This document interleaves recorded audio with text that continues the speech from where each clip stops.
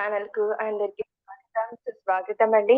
ముందుగా మనందరి గురువు గారైన బ్రహ్మర్షి పితామహ పత్రిజికిను పత్రి మేడం గారికి నా ఆత్మపూర్వక ధ్యానాభివందనాలు తెలియజేసుకుంటూ, అలాగే ఇక్కడున్న ప్రతి ఒక్క ఆత్మస్వరూపులందరికీ కూడా ఈ చక్కటి ప్లాట్‌ఫార్మ్ కి మా కుటుంబ సభ్యులందరికీ కూడా, అలాగే ఎవరైతే నేను ఈ యూట్యూబ్ ఛానల్ స్టార్ట్ చేస్తాననగానే నాకెవరైతే సపోర్ట్ చేశారో, చేస్తూ వస్తున్నారో వారందరికీ, అలాగే వ్యూవర్స్ అందరికీ కూడా నా కృతజ్ఞతలు, ధన్యవాదాలు తెలియజేసుకుంటూ, ఈరోజు ఈ కార్యక్రమాన్ని స్టార్ట్ చేసేసుకుందాం. మనకి వారి ధ్యాన, జ్ఞాన అనుభవాన్ని మనతో పంచుకోవడానికి, మనకు ఆ జ్ఞానాన్ని అందివ్వడానికి సిద్ధంగా ఉన్నారు కర్నూలు నుండి జి. వెంకటరమణ గారు. సో సార్‌కి గత 2 ఏళ్లుగా ఈ ధ్యాన మార్గంలో ఉంటూ వెటర్నరీ డాక్టర్‌గా ఉంటూ, సో వారు ఈ ధ్యాన మార్గంలోకి మరి ఎలా వచ్చారు? ఏంటి వారి ధ్యాన అనుభవాలు? ఇవన్నీ కూడా మనం తెలుసుకుందాం. ఓకేనా? ఇక ఏమాత్రం ఆలస్యం చేయకుండా సార్‌కి ఇన్వైట్ చేసేసుకుందాం. సార్ వెల్కమ్ సార్ మీకు. శ్రీ శక్తి పిరమిడ్ మెడిటేషన్ ఛానెల్‌కు మీకు స్వాగతం. Over to you thank you sir.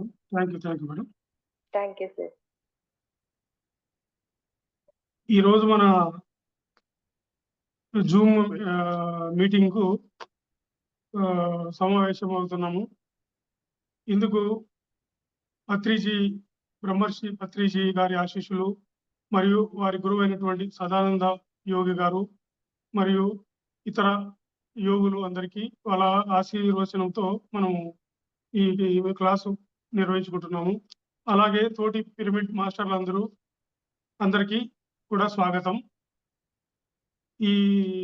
ఈరోజు మనము ఈ ధ్యానం గురించి, ధ్యానం వల్ల మన సామాజిక జీవితానికి కానీ, ఆధ్యాత్మిక జీవితానికి కానీ ఎటువంటి లాభాలున్నాయి, వాటి గురించి మనము తెలుసుకుందాము. తోటి పిరమిడ్ మాస్టర్లందరికీ నా యొక్క వన్స్ అగైన్ స్వాగతం. నా పేరు డాక్టర్ వెంకట నారాయణ. నేను వెటర్నరీ డాక్టర్‌ని. గత 2 సంవత్సరాలుగా నేను మెడిటేషన్‌లో ఉంటున్నాను. మెడిటేషన్‌లోకి రావడానికి కారణం మేడం క్లారిటీ ఉందా వాయిస్ అంతా? క్లారిటీగా ఉంది సార్. డన్. నేను ఈ ధ్యానంలోకి రావడానికి ఈ కారణం యాక్చువల్‌గా ఎప్పటినుంచో కొన్ని ఆరోగ్య సమస్యలు. నాకు గత 10 సంవత్సరాల నుంచి డయాబెటిస్, షుగర్ స్టార్ట్ అయింది. ఆ తర్వాత బీపీ, తర్వాత బ్యాక్ పెయిన్, ఇట్లా కొన్ని సమస్యలు స్టార్ట్ అయినాయి. తర్వాత మన ఉద్యోగ సంబంధించిన పని ఒత్తిడిలు, సామాజికంగా మన స్నేహితులు గాని, బంధువులు గాని, వాళ్ళ వ్యవహారాలు, ఆర్థిక వ్యవహారాలు ఇలాంటివన్నీ ఉంటాయి గదా! ఇవన్నీ ఉండబట్టి ఒక ప్రెషర్ అనేది బిల్డప్ అయిపోయింది నా లైఫ్‌లో. ఆ ప్రెషర్ వల్ల హెల్త్ ప్రాబ్లమ్స్ వచ్చినాయి. దీనికి పరిష్కారం నేను బ్యాక్ పెయిన్ కోసం డాక్టర్ల దగ్గరికి పోతే నో పరిష్కారం అంటారు. టాబ్లెట్ ఎన్ని రోజులు వాడినా దానికి ఏం తగ్గడం లేదు. షుగర్‌కు అసలు పరిష్కారమే లేదు. బీపీకి టాబ్లెట్ వేసుకోవాల్సిందే. ఇట్లా అన్నిటికి పరిష్కారాలు లేవు. టాబ్లెట్ వాడుతున్నా కూడా అవి వేధిస్తూనే ఉంటాయి. దీనికి పరిష్కారం ఏంది అని ఆలోచిస్తున్న సమయంలో నాకు ఒక వాట్సాప్‌లో సాధారణంగా కొన్ని మెసేజ్‌లు వస్తుంటాయి. చూస్తుంటాం, డిలీట్ చేస్తుంటాం. అలా జరుగుతుంటాయి. ఒక మెసేజ్ ఒకసారి నాకు ఒక మిత్రుడి నుంచి వచ్చింది. ఒక గ్రూప్ మెసేజ్ వచ్చింది. అందులో ఏందంటే ఒక జర్మనీ దేశంలో అక్కడి శాస్త్రవేత్తలు, అక్కడి ఆధ్యాత్మిక శాస్త్రవేత్తలు కూడా కాదు. మామూలుగా మన సైంటిస్టులు వాళ్ళు చాలా పరిశోధనలు చేశారు హెల్త్ గురించి. పరిశోధనలు చేసి వాళ్ళు ఆధ్యాత్మికవేత్తలతో కూడా కన్సల్ట్ చేసినారు. చేసిన తర్వాత వాళ్ళకు ఒక ఐడియాకొచ్చేసి, వాళ్ళు ఒక కన్క్లూజన్‌లోకొచ్చేసి, వాళ్ళు ఒక రిపోర్ట్ తయారు చేసి పెట్టేసినారు. దాంట్లో సారాంశం ఏందంటే, మనిషికి ఈ మానవ సమాజంలో బతుకుతున్న, భౌతిక ప్రపంచంలో మాత్రమే బతుకుతున్న మనుషులకు ఆరోగ్య సమస్యల్లో 100% ఆరోగ్య సమస్యలున్నాయంటే, దానికి కారణము 85% ఆధ్యాత్మిక చింతన లేకపోవడమే జబ్బులకు కారణము అని ఉంది. మిగతా 15% వేరే సమస్యలు ఉండొచ్చు. కేవలం ఆధ్యాత్మిక చింతన లేకపోవడం వల్లనే 85% జబ్బులొస్తున్నాయి మనుషులకు అని వాళ్ళు చెప్పినారు. నేను చిన్నప్పటి నుంచి గూడా ఆధ్యాత్మికత అంటే అందరిలాగానే దేవుళ్ళకు అందరూ మొక్కుతుంటారు. నేను మొక్కుతుంటాను. ఇంట్లో పండగలు చేస్తున్నప్పుడు కొబ్బరికాయలు కొడుతుంటారు. తల్లిదండ్రులతో పాటు మనం మొక్కుతుంటాం అంతే. అయితే నా ఒపీనియన్ గూడా అంటే నా ఉద్దేశ్యం గూడా చిన్నప్పటి నుంచి గూడా దేవుడు అంటే దేవుడు ఎప్పుడో ఉన్నారు. కలియుగంలో కలియుగంలో కాదు త్రేతాయుగంలో, ద్వాపరయుగంలో దేవుళ్ళున్నారు అని చెప్తుంటారు. నేను గూడా నమ్ముతున్నాను. కానీ ఇప్పుడు దేవుళ్ళు లేరు గదా! ఇప్పుడు లేరు గాబట్టి ఇప్పుడు మనం దేవుళ్ళు మనకేం చెయ్యరు అనే ఉద్దేశం ఇప్పుడు నాకు 54 ఇయర్స్ నా ఏజ్. 52 హ్మ్. ఇయర్స్ వరకు నా కన్క్లూజన్ అదే. అంటే దేవుళ్ళు హ్మ్. అంటే దేవుళ్ళ పైన నాకేమీ వ్యతిరేకత లేదు. సగటు మనిషిలాగానే నా భావాలుండేటివి. అయితే దేవుళ్ళు ఇప్పుడు లేరు కాబట్టి మనం ఏదో ఫార్మాలిటీగా దేవుళ్ళు మొక్కుతుంటాం అంతే గాని దేవుళ్ళు మనకేం చేయలేరు అనేది నా భావన ఉండేది. అయితే ఈ మెసేజ్ తర్వాత నేను సెర్చ్ చేశాను. ఆధ్యాత్మిక చింతన అంటే ఏంటి అంటే, నేను వెతుకుతున్న సమాధానాలు దొరకడం లేదు. ఎవరిని అడుగుతున్నా, ఎక్కడ అడుగుతున్నా 1 ఇయర్ ఎవ్వరు సమాధానం చెప్పట్లేదు. మరి హ్మ్. దేవుడు గుడికి పోయి పూజలు చేయడమా? లేకుంటే వ్రతాలు చేయడమా? లేకుంటే తీర్థయాత్రలు చేయడమా? ఇవేనా ఆధ్యాత్మికత అంటే అని నేను క్వెషన్‌లు చేసుకుంటే, నాకు కాదు అనే సమాధానం అయితే నాకొస్తుంది. ఎందుకంటే లాజికల్‌గా గూడా దానివల్ల ఉపయోగం లేదనేది నాకు గట్టి నమ్మకం. మరి దీనికి సమాధానాలు ఎవరు చెప్పడం లేదు. ఎవరు చెప్పడం లేదు. ఒక సంవత్సరము చెప్పడం లేదు. నేను తీవ్రంగా ఇప్పుడు ఆహ్, అన్ని ఒత్తిళ్ళకు గురైపోయి కొంచెం ఆలోచనలో ఉన్నా. ఏంది పరిస్థితి ఏంది అనేది. అయితే ఈ నేను వెతుకుతూ ఉన్న సమయంలో ఆహ్, పత్రిజీ సారు గురించి తెలిసింది నాకు. పత్రిజీ సార్ గురించి తెలిసి నేను యూట్యూబ్‌లోనే ఏదో వెతుకుతూ యూట్యూబ్‌లో ఛానెల్‌లో పత్రిజీ సారు ఒక కొన్ని వీడియోలు చూసాను. పత్రిజీ సార్ వీడియోలు చూసిన తర్వాత ఆయన వీడియోలు చాలా చూడడం జరిగింది. దాదాపు 10 వరకు 30, 40 అట్లా వరకు దొరికింది. అందులో ఒక వీడియోలో నో మెడిసిన్, నో డాక్టర్ అన్నారు సారు. పత్రిజీ సారు. హ్మ్. అవన్నీ విన్నా. అవి విన్న తర్వాత ఈ సైమల్టేనియస్‌గా అదే టైంలో భిక్షమయ్య గురూజీ అని ఆయన సత్యసాయి ధ్యాన మండలి పీఠం అధిపతి ఆయన. హ్మ్. భిక్షమయ్య గురూజీ గారి సందేశాలు కొన్ని యూట్యూబ్‌లో వినడం జరిగింది. భిక్షమయ్య గురూజీ గారు ఆధ్యాత్మిక సమాచారాన్ని ఆయన కూడా చాలా చక్కగా వివరించాడు. ఆయన హ్మ్. ఒక జువాలజీ లెక్చరర్. ఆయన ఒక జువాలజీ లెక్చరర్ కాబట్టి ఆహ్, మన జీవులనేటివి ఎక్కడి నుంచి పుడతాయి? ఎక్కడి నుంచి పుడతాయి? ఎవల్యూషన్ మనిషి వరకు ఎట్లొచ్చింది? ఏకకణ జీవి నుంచి బహుకణ జీవులు, బహుకణ జీవుల నుంచి పక్షులు, జంతువులు, క్షీరదాలు తర్వాత ఆది మానవుడు, మానవుడు. ఇది ఎవల్యూషన్. ఇది సైన్స్‌లో గూడా చదువుకున్నాము. ఆధ్యాత్మికంగా గూడా ఇదే వచ్చింది. అట్లా భిక్షమయ్య గురూజీ గారు గూడా ఆధ్యాత్మికత చెప్పుతూ సైన్స్‌కు దాన్ని లింక్ చేస్తూ వస్తున్నాడు. సారు ఆధ్యాత్మికంగా సార్ చెప్పేదేందంటే, ఆధ్యాత్మికత అంటుంటారు. కొంతమంది ఆధ్యాత్మికతను ఆధ్యాత్మిక మార్గంలోకి వచ్చి, అది ఆధ్యాత్మికత కరెక్టా? కాదా? అని తెలుసుకోకుండా దారి తప్పిపోతుంటారు. ఇది చాలా మంది జరుగుతుంది.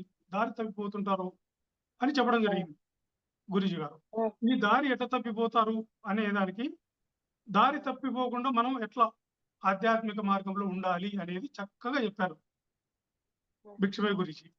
ఎట్లా అంటే ఎప్పటికప్పుడు మనము మన మార్గంలో ఫలితాలొస్తున్నాయా లేదా అనేది దానికి క్రైటీరియా. మనకు ఫలితాలు వస్తున్నాయి అంటేనే ఆధ్యాత్మిక మార్గంలో మనం సరైనగా ఉన్నాము అని అర్థం. ఈ ఫలితాలు వస్తున్నాయా లేదా అనేది సైన్స్ పరంగా గూడా మనం చెక్ జేసుకోవచ్చు. శాస్త్రీయ పరంగా గూడా నిరూపితమవుతాయి. ఇక్కడ ఒక విషయం చెప్పుకోవాలి మనం. ఆధ్యాత్మిక శాస్త్రము, సాంకేతిక శాస్త్రము. ఆధ్యాత్మిక శాస్త్రము అనేది చాలా చెప్తది. అసలు సృష్టి పుట్టుక ఆధ్యాత్మిక శాస్త్రము సృష్టి పుట్టుకనే ఆధ్యాత్మిక శాస్త్రము పుట్టుక గురించి చెప్పడమే సృష్టి పుట్టినప్పటి నుంచి ఇప్పటి వరకు ఏం జరిగిందో దాన్ని మొత్తం ఆధ్యాత్మిక శాస్త్రమే చెప్తుంది. ఆధ్యాత్మిక శాస్త్రం అంటే విశ్వమే. విశ్వం అంటే మూల చైతన్యమే. మూల చైతన్యం అంటే ఆదిశక్తి. ఆదిశక్తి అంటే విశ్వశక్తి. ఈ విశ్వశక్తే మూలం. సృష్టికి మూలం విశ్వశక్తి. కాబట్టి మనము ఆ విశ్వశక్తికి మూలమైనటువంటి ఆధ్యాత్మిక శాస్త్రముకి మూలమైనటువంటిది విశ్వశక్తి. ఈ ఆధ్యాత్మిక శాస్త్రములో సా సా సాంకేతిక శాస్త్రంలో కొన్ని కొన్ని కనుగొనబడినాయి. సైన్స్‌లో కొన్ని జబ్బులకు వైద్యాలు గాని, లేకుంటే జబ్బులకు నిర్ధారణ పరీక్షలు గాని, స్కానింగ్‌లు గాని, ఎంఆర్ఐలు గాని ఇట్లా టెస్ట్‌లున్నాయి. ఇవన్నీ ఆధ్యాత్మిక శాస్త్రంలోని ఒక ఆధ్యాత్మిక శాస్త్రం అనేది ఒక సముద్రం అయితే, శాస్త్ర సాంకేతిక పరిజ్ఞానంలో కనుగొన్నారు అని చెప్పేటివి ఒక నీటి చుక్కల్లాంటివే. కాబట్టి ఆధ్యాత్మిక శాస్త్రము మహా గొప్పదని నాకు అర్థమైంది. నేను తెలుసుకోగలిగాను. ఈ పత్రిజీ గారి ఆశీస్సులతో నేను ఆనాపానసతిలో ధ్యానం మొదలుపెట్టడం జరిగింది. నేను ధ్యానం మొదలుపెట్టిన తర్వాత ఒక నెల రోజులు 15 రోజుల్లోనే నా బ్యాక్ పెయిన్ 25% జరిగింది. తగ్గిపోయింది. ఒక నెల రోజుల్లో దాదాపు 50%, 2 మంత్స్‌లో దాదాపు 80%, 3 మంత్స్‌లో 100% తగ్గిపోయింది. నా బ్యాక్ పెయిన్‌తో నేను చాలా ఇబ్బంది పడేవాడిని. ఎందుకంటే నేను ఉద్యోగరీత్యా కొంచెం ప్రయాణాలు చేయాల్సొచ్చేది. ప్రయాణం చేస్తే కొంచెం ఇబ్బంది అయ్యేది. కాబట్టి బ్యాక్ పెయిన్ అనేది చాలా తగ్గిపోయింది.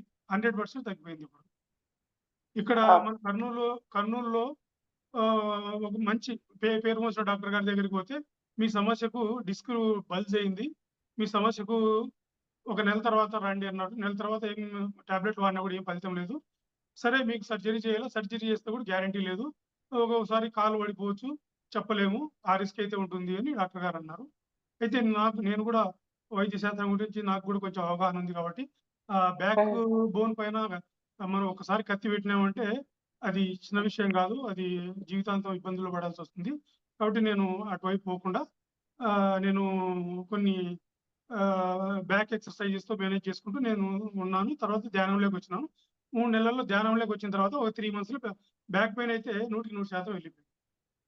ఈ బ్యాక్ పెయిన్ పోవడానికి కారణం ఏంటి అంటే, మనం ధ్యానంలో కూర్చున్న తర్వాత విశ్వశక్తి వస్తుంది. విశ్వశక్తి వస్తుంది. మనము స్టడీగా కూర్చుంటాం కాబట్టి, ఆ వెన్నెముకలో వైబ్రేషన్స్ వస్తాయి. ఆ వైబ్రేషన్స్ వచ్చినప్పుడు కండరాలు లో శక్తి నిండుతుంది. కండరాల్లో శక్తి నిండినప్పుడు కండరాలు బలం వస్తది. కండరాలకు బలం వచ్చినప్పుడు డిస్కుల పైన బరువు తగ్గుతాది. డిస్కుల పైన బరువు తగ్గినప్పుడు సాగిన డిస్కులు లోపలికెళ్ళిపోతాయి. స్పేస్ వస్తది కాబట్టి. ఇది ఇది సైన్స్ అంటే.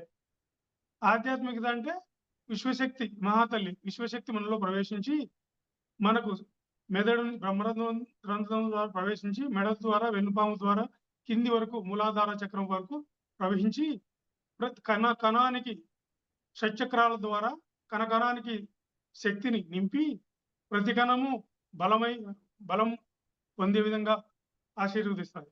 ఆ విధంగా ప్రతి కణము శక్తిని పుంజుకున్నప్పుడు కండరం అనేది కణాల సముదాయం. కాబట్టి కణాలు శక్తి పొందుకుంటాయి కాబట్టి కండరం బలం పొందుతుంది. ఎప్పుడు కండరము బలము తగ్గిపోతదో డిస్క్ పైన బరువు పడతది. డిస్క్ సాగి చుట్టుపక్కల ఉన్న నరాల పైన ఒత్తిడి వచ్చి మనకు సమస్యలొస్తాయి. కాబట్టి విశ్వశక్తి ద్వారా కండరాలు, ఎముకలకు శక్తి వస్తది. శక్తి వచ్చినప్పుడు డిస్కుల పైన బరువు తగ్గడం వలన డిస్కులకు తగినంత స్పేస్ వచ్చేసి డిస్కులు లోపలికి పోయి డిస్కుల్లో కూడా శక్తి నిండి మనకు సమస్య తగ్గిపోతది. ఇది ఇక్కడ ఆధ్యాత్మికత, సైన్స్ అనేది 2 ఉంటాయి. అదే భిక్షమయ్య గురూజీ గారు చెప్పడము మనం ఎవరికైనా చెప్పినా కూడా నమ్ముతారా? నమ్మరా? కొంతమంది ఉండొచ్చు. వేరే విధంగా కూడా తగ్గిండొచ్చు కదా! అని అనేవాళ్ళు ఉండొచ్చు. కాబట్టి ఇక్కడేందంటే నేనొక ఒక డాక్టర్‌గా నేను నా దృక్పథం ఏదంటే మనము మనం ఆధ్యాత్మిక శాస్త్రాన్ని మనము ప్రచారం చేసినప్పుడు దాన్ని సైన్స్ పరంగా కూడా చెప్పితే అక్కడ చదువుకున్నోళ్ళే కాదు, చదువుకోని వ్యక్తులకు కూడా సూక్ష్మంగా అర్థం చేసుకోగలుగుతారు కాబట్టి వాళ్ళకు ఈజీగా అర్థమైపోయి వాళ్ళు ఇటువైపు అడుగుపెట్టే అవకాశం ఉంటుందన్న ఉద్దేశంతో నేను సైన్స్‌ని జోడించి ఈ విషయాన్ని చెప్తున్నాను. ఈ తర్వాత బ్యాక్ పెయిన్ తర్వాత నాకు బీపీ సమస్య ఉండేది. టాబ్లెట్ రోజు ఒకటి యేసుకునేవాడిని. అయితే బీపీ అయితే నేను ఒక 2 మంత్స్ తర్వాత 60 ఎంజీ వాడేవాడిని టాబ్లెట్. 2 మంత్స్ తర్వాత ఒక 20 ఎంజీ టాబ్లెట్ తగ్గించినాను. 20 ఎంజీ టాబ్లెట్ తగ్గించిన తర్వాత నాకు ఇంట్లోనే బీపీ ఆపరేటర్స్ ఉన్నాయి. మెర్క్యూరీ ఆపరేటర్స్ ఉంది. డిజిటల్ ఉన్నది. ఇంట్లోనే చెక్ చేసుకుంటాను. 20 ఎంజీ తగ్గించిన తర్వాత 1 వీక్, 2 వీక్స్ తర్వాత చెక్ చేసుకుంటే తేడా ఏం లేదు. అలాగే ఉంది. సరే అని 1 మంత్ తర్వాత ఇంకొక 20 ఎంజీ తగ్గించినాను. తగ్గించిన తర్వాత 2, 3 సార్లు చెక్ చేసుకున్నా. 1 మంత్ అయింది. బీపీ నార్మల్ ఉంది. ఇంక తర్వాత 40 ఎంజీ తగ్గించినా కదా! బీపీ టాబ్లెట్‌లు అంత ఈజీగా తగ్గించకూడదు. సిస్టమ్ పైన లోడ్ పడతది. అందువల్ల ఇంకొక 2 మంత్స్ తర్వాత అంటే 4 మంత్స్ తర్వాత 4 మంత్స్ తర్వాత ఆ 20 ఎంజీ కూడా తగ్గించినాను. ఆ 4 మంత్స్ తర్వాత 20 ఎంజీ తగ్గించిన తర్వాత కూడా బీపీ నార్మల్‌గానే ఉంది. కాబట్టి బీపీకి కూడా నో మెడిసిన్. బీపీ నార్మల్‌గా ఉంది. అయితే నేను ప్రతి 15 రోజులకోసారి చెక్ చేసుకున్నా. 1 ఇయర్ వరకు చెక్ చేసుకున్నా. మళ్ళీ బీపీ గురించి నెగ్లెక్ట్ చేయకూడదు. 1 ఇయర్ వరకు చెక్ చేసుకున్నా. మళ్ళీ మధ్యలో ఏమైనా పెరుగుతుందని. ఏం పెరగలేదు. ఇప్పటికి దాదాపు 1 ½ ఇయర్ అయింది నాకు బీపీ తగ్గి. ఆ టాబ్లెట్ కూడా బంద్ చేసిన. ఇప్పుడు టాబ్లెట్ లేదు. ఇది బీపీ గురించి మేడం. ఇంకా షుగర్ గురించి. షుగర్ అనేది బేసిక్‌గా నేను ఏమి ఆహార పదార్థం తీసుకున్నా, ఎక్కడ పోయినా, ఆఫీసు ఉద్యోగపరంగా ఎక్కడ పోయినా మంచి డిన్నర్‌లు ఆఫర్ చేస్తుంటారు. స్వీట్లు, ఫ్రూట్సు ఏమి అవసరం వస్తే అవి కూల్ డ్రింక్సు ఇట్లా అన్నీ ఆఫర్ చేస్తుంటారు. ఏ ఆహారం తినాలన్నా భయమేసేది. ఏ ఫుడ్ తీసుకుంటే ఎంత షుగర్ పెరుగుతుందని భయముండేది. కొంతవరకు ఆహారం విషయంలో చాలా ఇబ్బంది పడేవాడిని. తర్వాత ఆహ్, వారానికి కనీసం 2, 3 సార్లు చెక్ చేసుకునేవాడిని. షుగర్‌ను వారానికి 3 సార్లు చెక్ చేసుకునేవాడిని.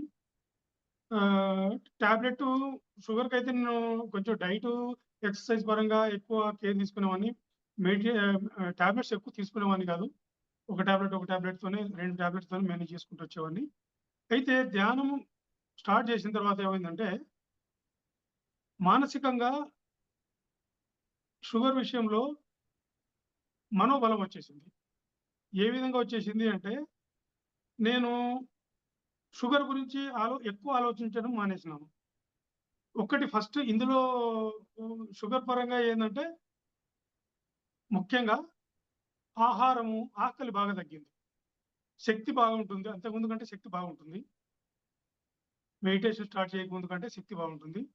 ఆకలి తగ్గింది. అంటే ఆహారము 50% తగ్గించేసినా. ఇంతకుముందు తీసుకునే ఆహారంతో పోలిస్తే సగం 50% ఆహారమే తీసుకున్నా. ఇంకొకటేందంటే గత 1 సంవత్సరం నుంచి నేను ఆహారంలో మార్పులు బాగా చేసుకున్నా.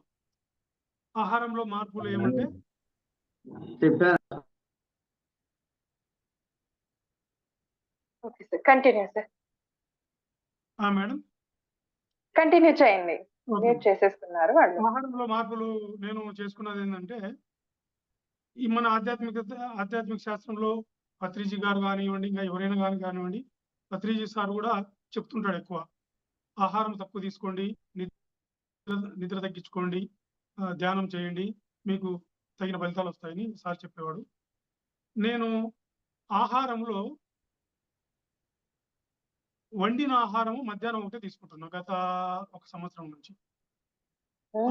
వండిన ఆహారం ఒక్క పూటే నేను తీసుకునేది.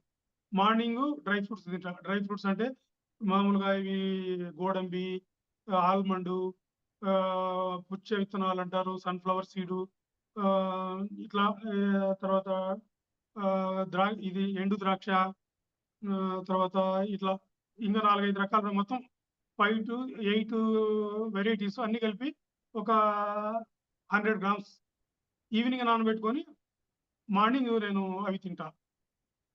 ఓకే. అవి తింటాను మార్నింగ్. ఇంక బ్రేక్‌ఫాస్ట్ ఏం తీసుకోను. మధ్యాహ్నం మాత్రము రైస్ తక్కువే తీసుకుంటా. వెజిటబుల్ కర్రీ ఎక్కువ తీసుకుంటాను. ఇంతకన్నా ముందు నేను చెప్పాల్సిందేందంటే, ధ్యానం స్టార్ట్ చేసిన తర్వాత 1 మంత్ లోపు 30 డేస్ లోపు నేను మాంసాహారం బంద్ చేశాను. ధ్యానం స్టార్ట్ చేసిన ఒక్క నెల లోపు నేను ప్యూర్ వెజిటేరియన్ అయిపోయినా. నేను 1 ఇయర్ నుంచి మార్నింగ్ డ్రై ఫ్రూట్స్ నానబెట్టుకొని తింటాను. ఆఫ్టర్‌నూన్ మామూలుగా వండిన ఆహారమే తింటాను. ఈవినింగ్ మాత్రం ఓన్లీ ఫ్రూట్స్ తింటా. ఫ్రూట్స్, సీజనల్ ఫ్రూట్స్, లోకల్‌గా ఏం దొరుకుతాయో ఫ్రూట్స్ 2-4 2-3, 4 రకాల ఫ్రూట్స్ ఎన్ని దొరుకుతాయి అన్ని. దాదాపు హాఫ్ కేజీ ఫ్రూట్స్ నేను తీసుకుంటా. ఇది నా ఆహారము. గత సంవత్సరం నుంచి స్ట్రిక్ట్‌గా ఇదే తీసుకుంటా. ఇది ఇది నా ఓకే. ఆహారము. నేను ఈ ఆహారం మార్చుకున్న తర్వాత నాకు విశ్వశక్తి రావడం అనేది చాలా అద్భుతంగా ఉంటుంది. నేనిప్పుడు స్టార్టింగ్‌లో హాఫ్ అన్ అవర్ కూర్చోవడం అంటే చాలా ఇబ్బందిగా ఉంటుండే. హాఫ్ అన్ అవర్ కొన్ని రోజులు ఒక నెల, 2 నెలలు కూర్చున్నాను. Evening, morning half an hour. తర్వాత 1 అవర్ అయింది.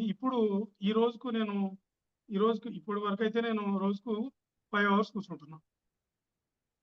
5 అవర్స్ వావ్! కూర్చుంటాను. కంటిన్యూ ఆహ్, కూర్చుంటారు సార్? లేదు అంటే మేడం. కంటిన్యూ‌గా లేదు. నేను ఇంతకుముందు 2 అవర్స్ ధ్యానం కూర్చోవాలంటే కూర్చోలేను. హ్మ్. హాఫ్ అన్ హ్మ్. అవర్, 4 హాఫ్ అన్ అవర్‌లు, 2 అవర్స్ అట్లా సంతృప్తి హ్మ్. పొందేవాడిని.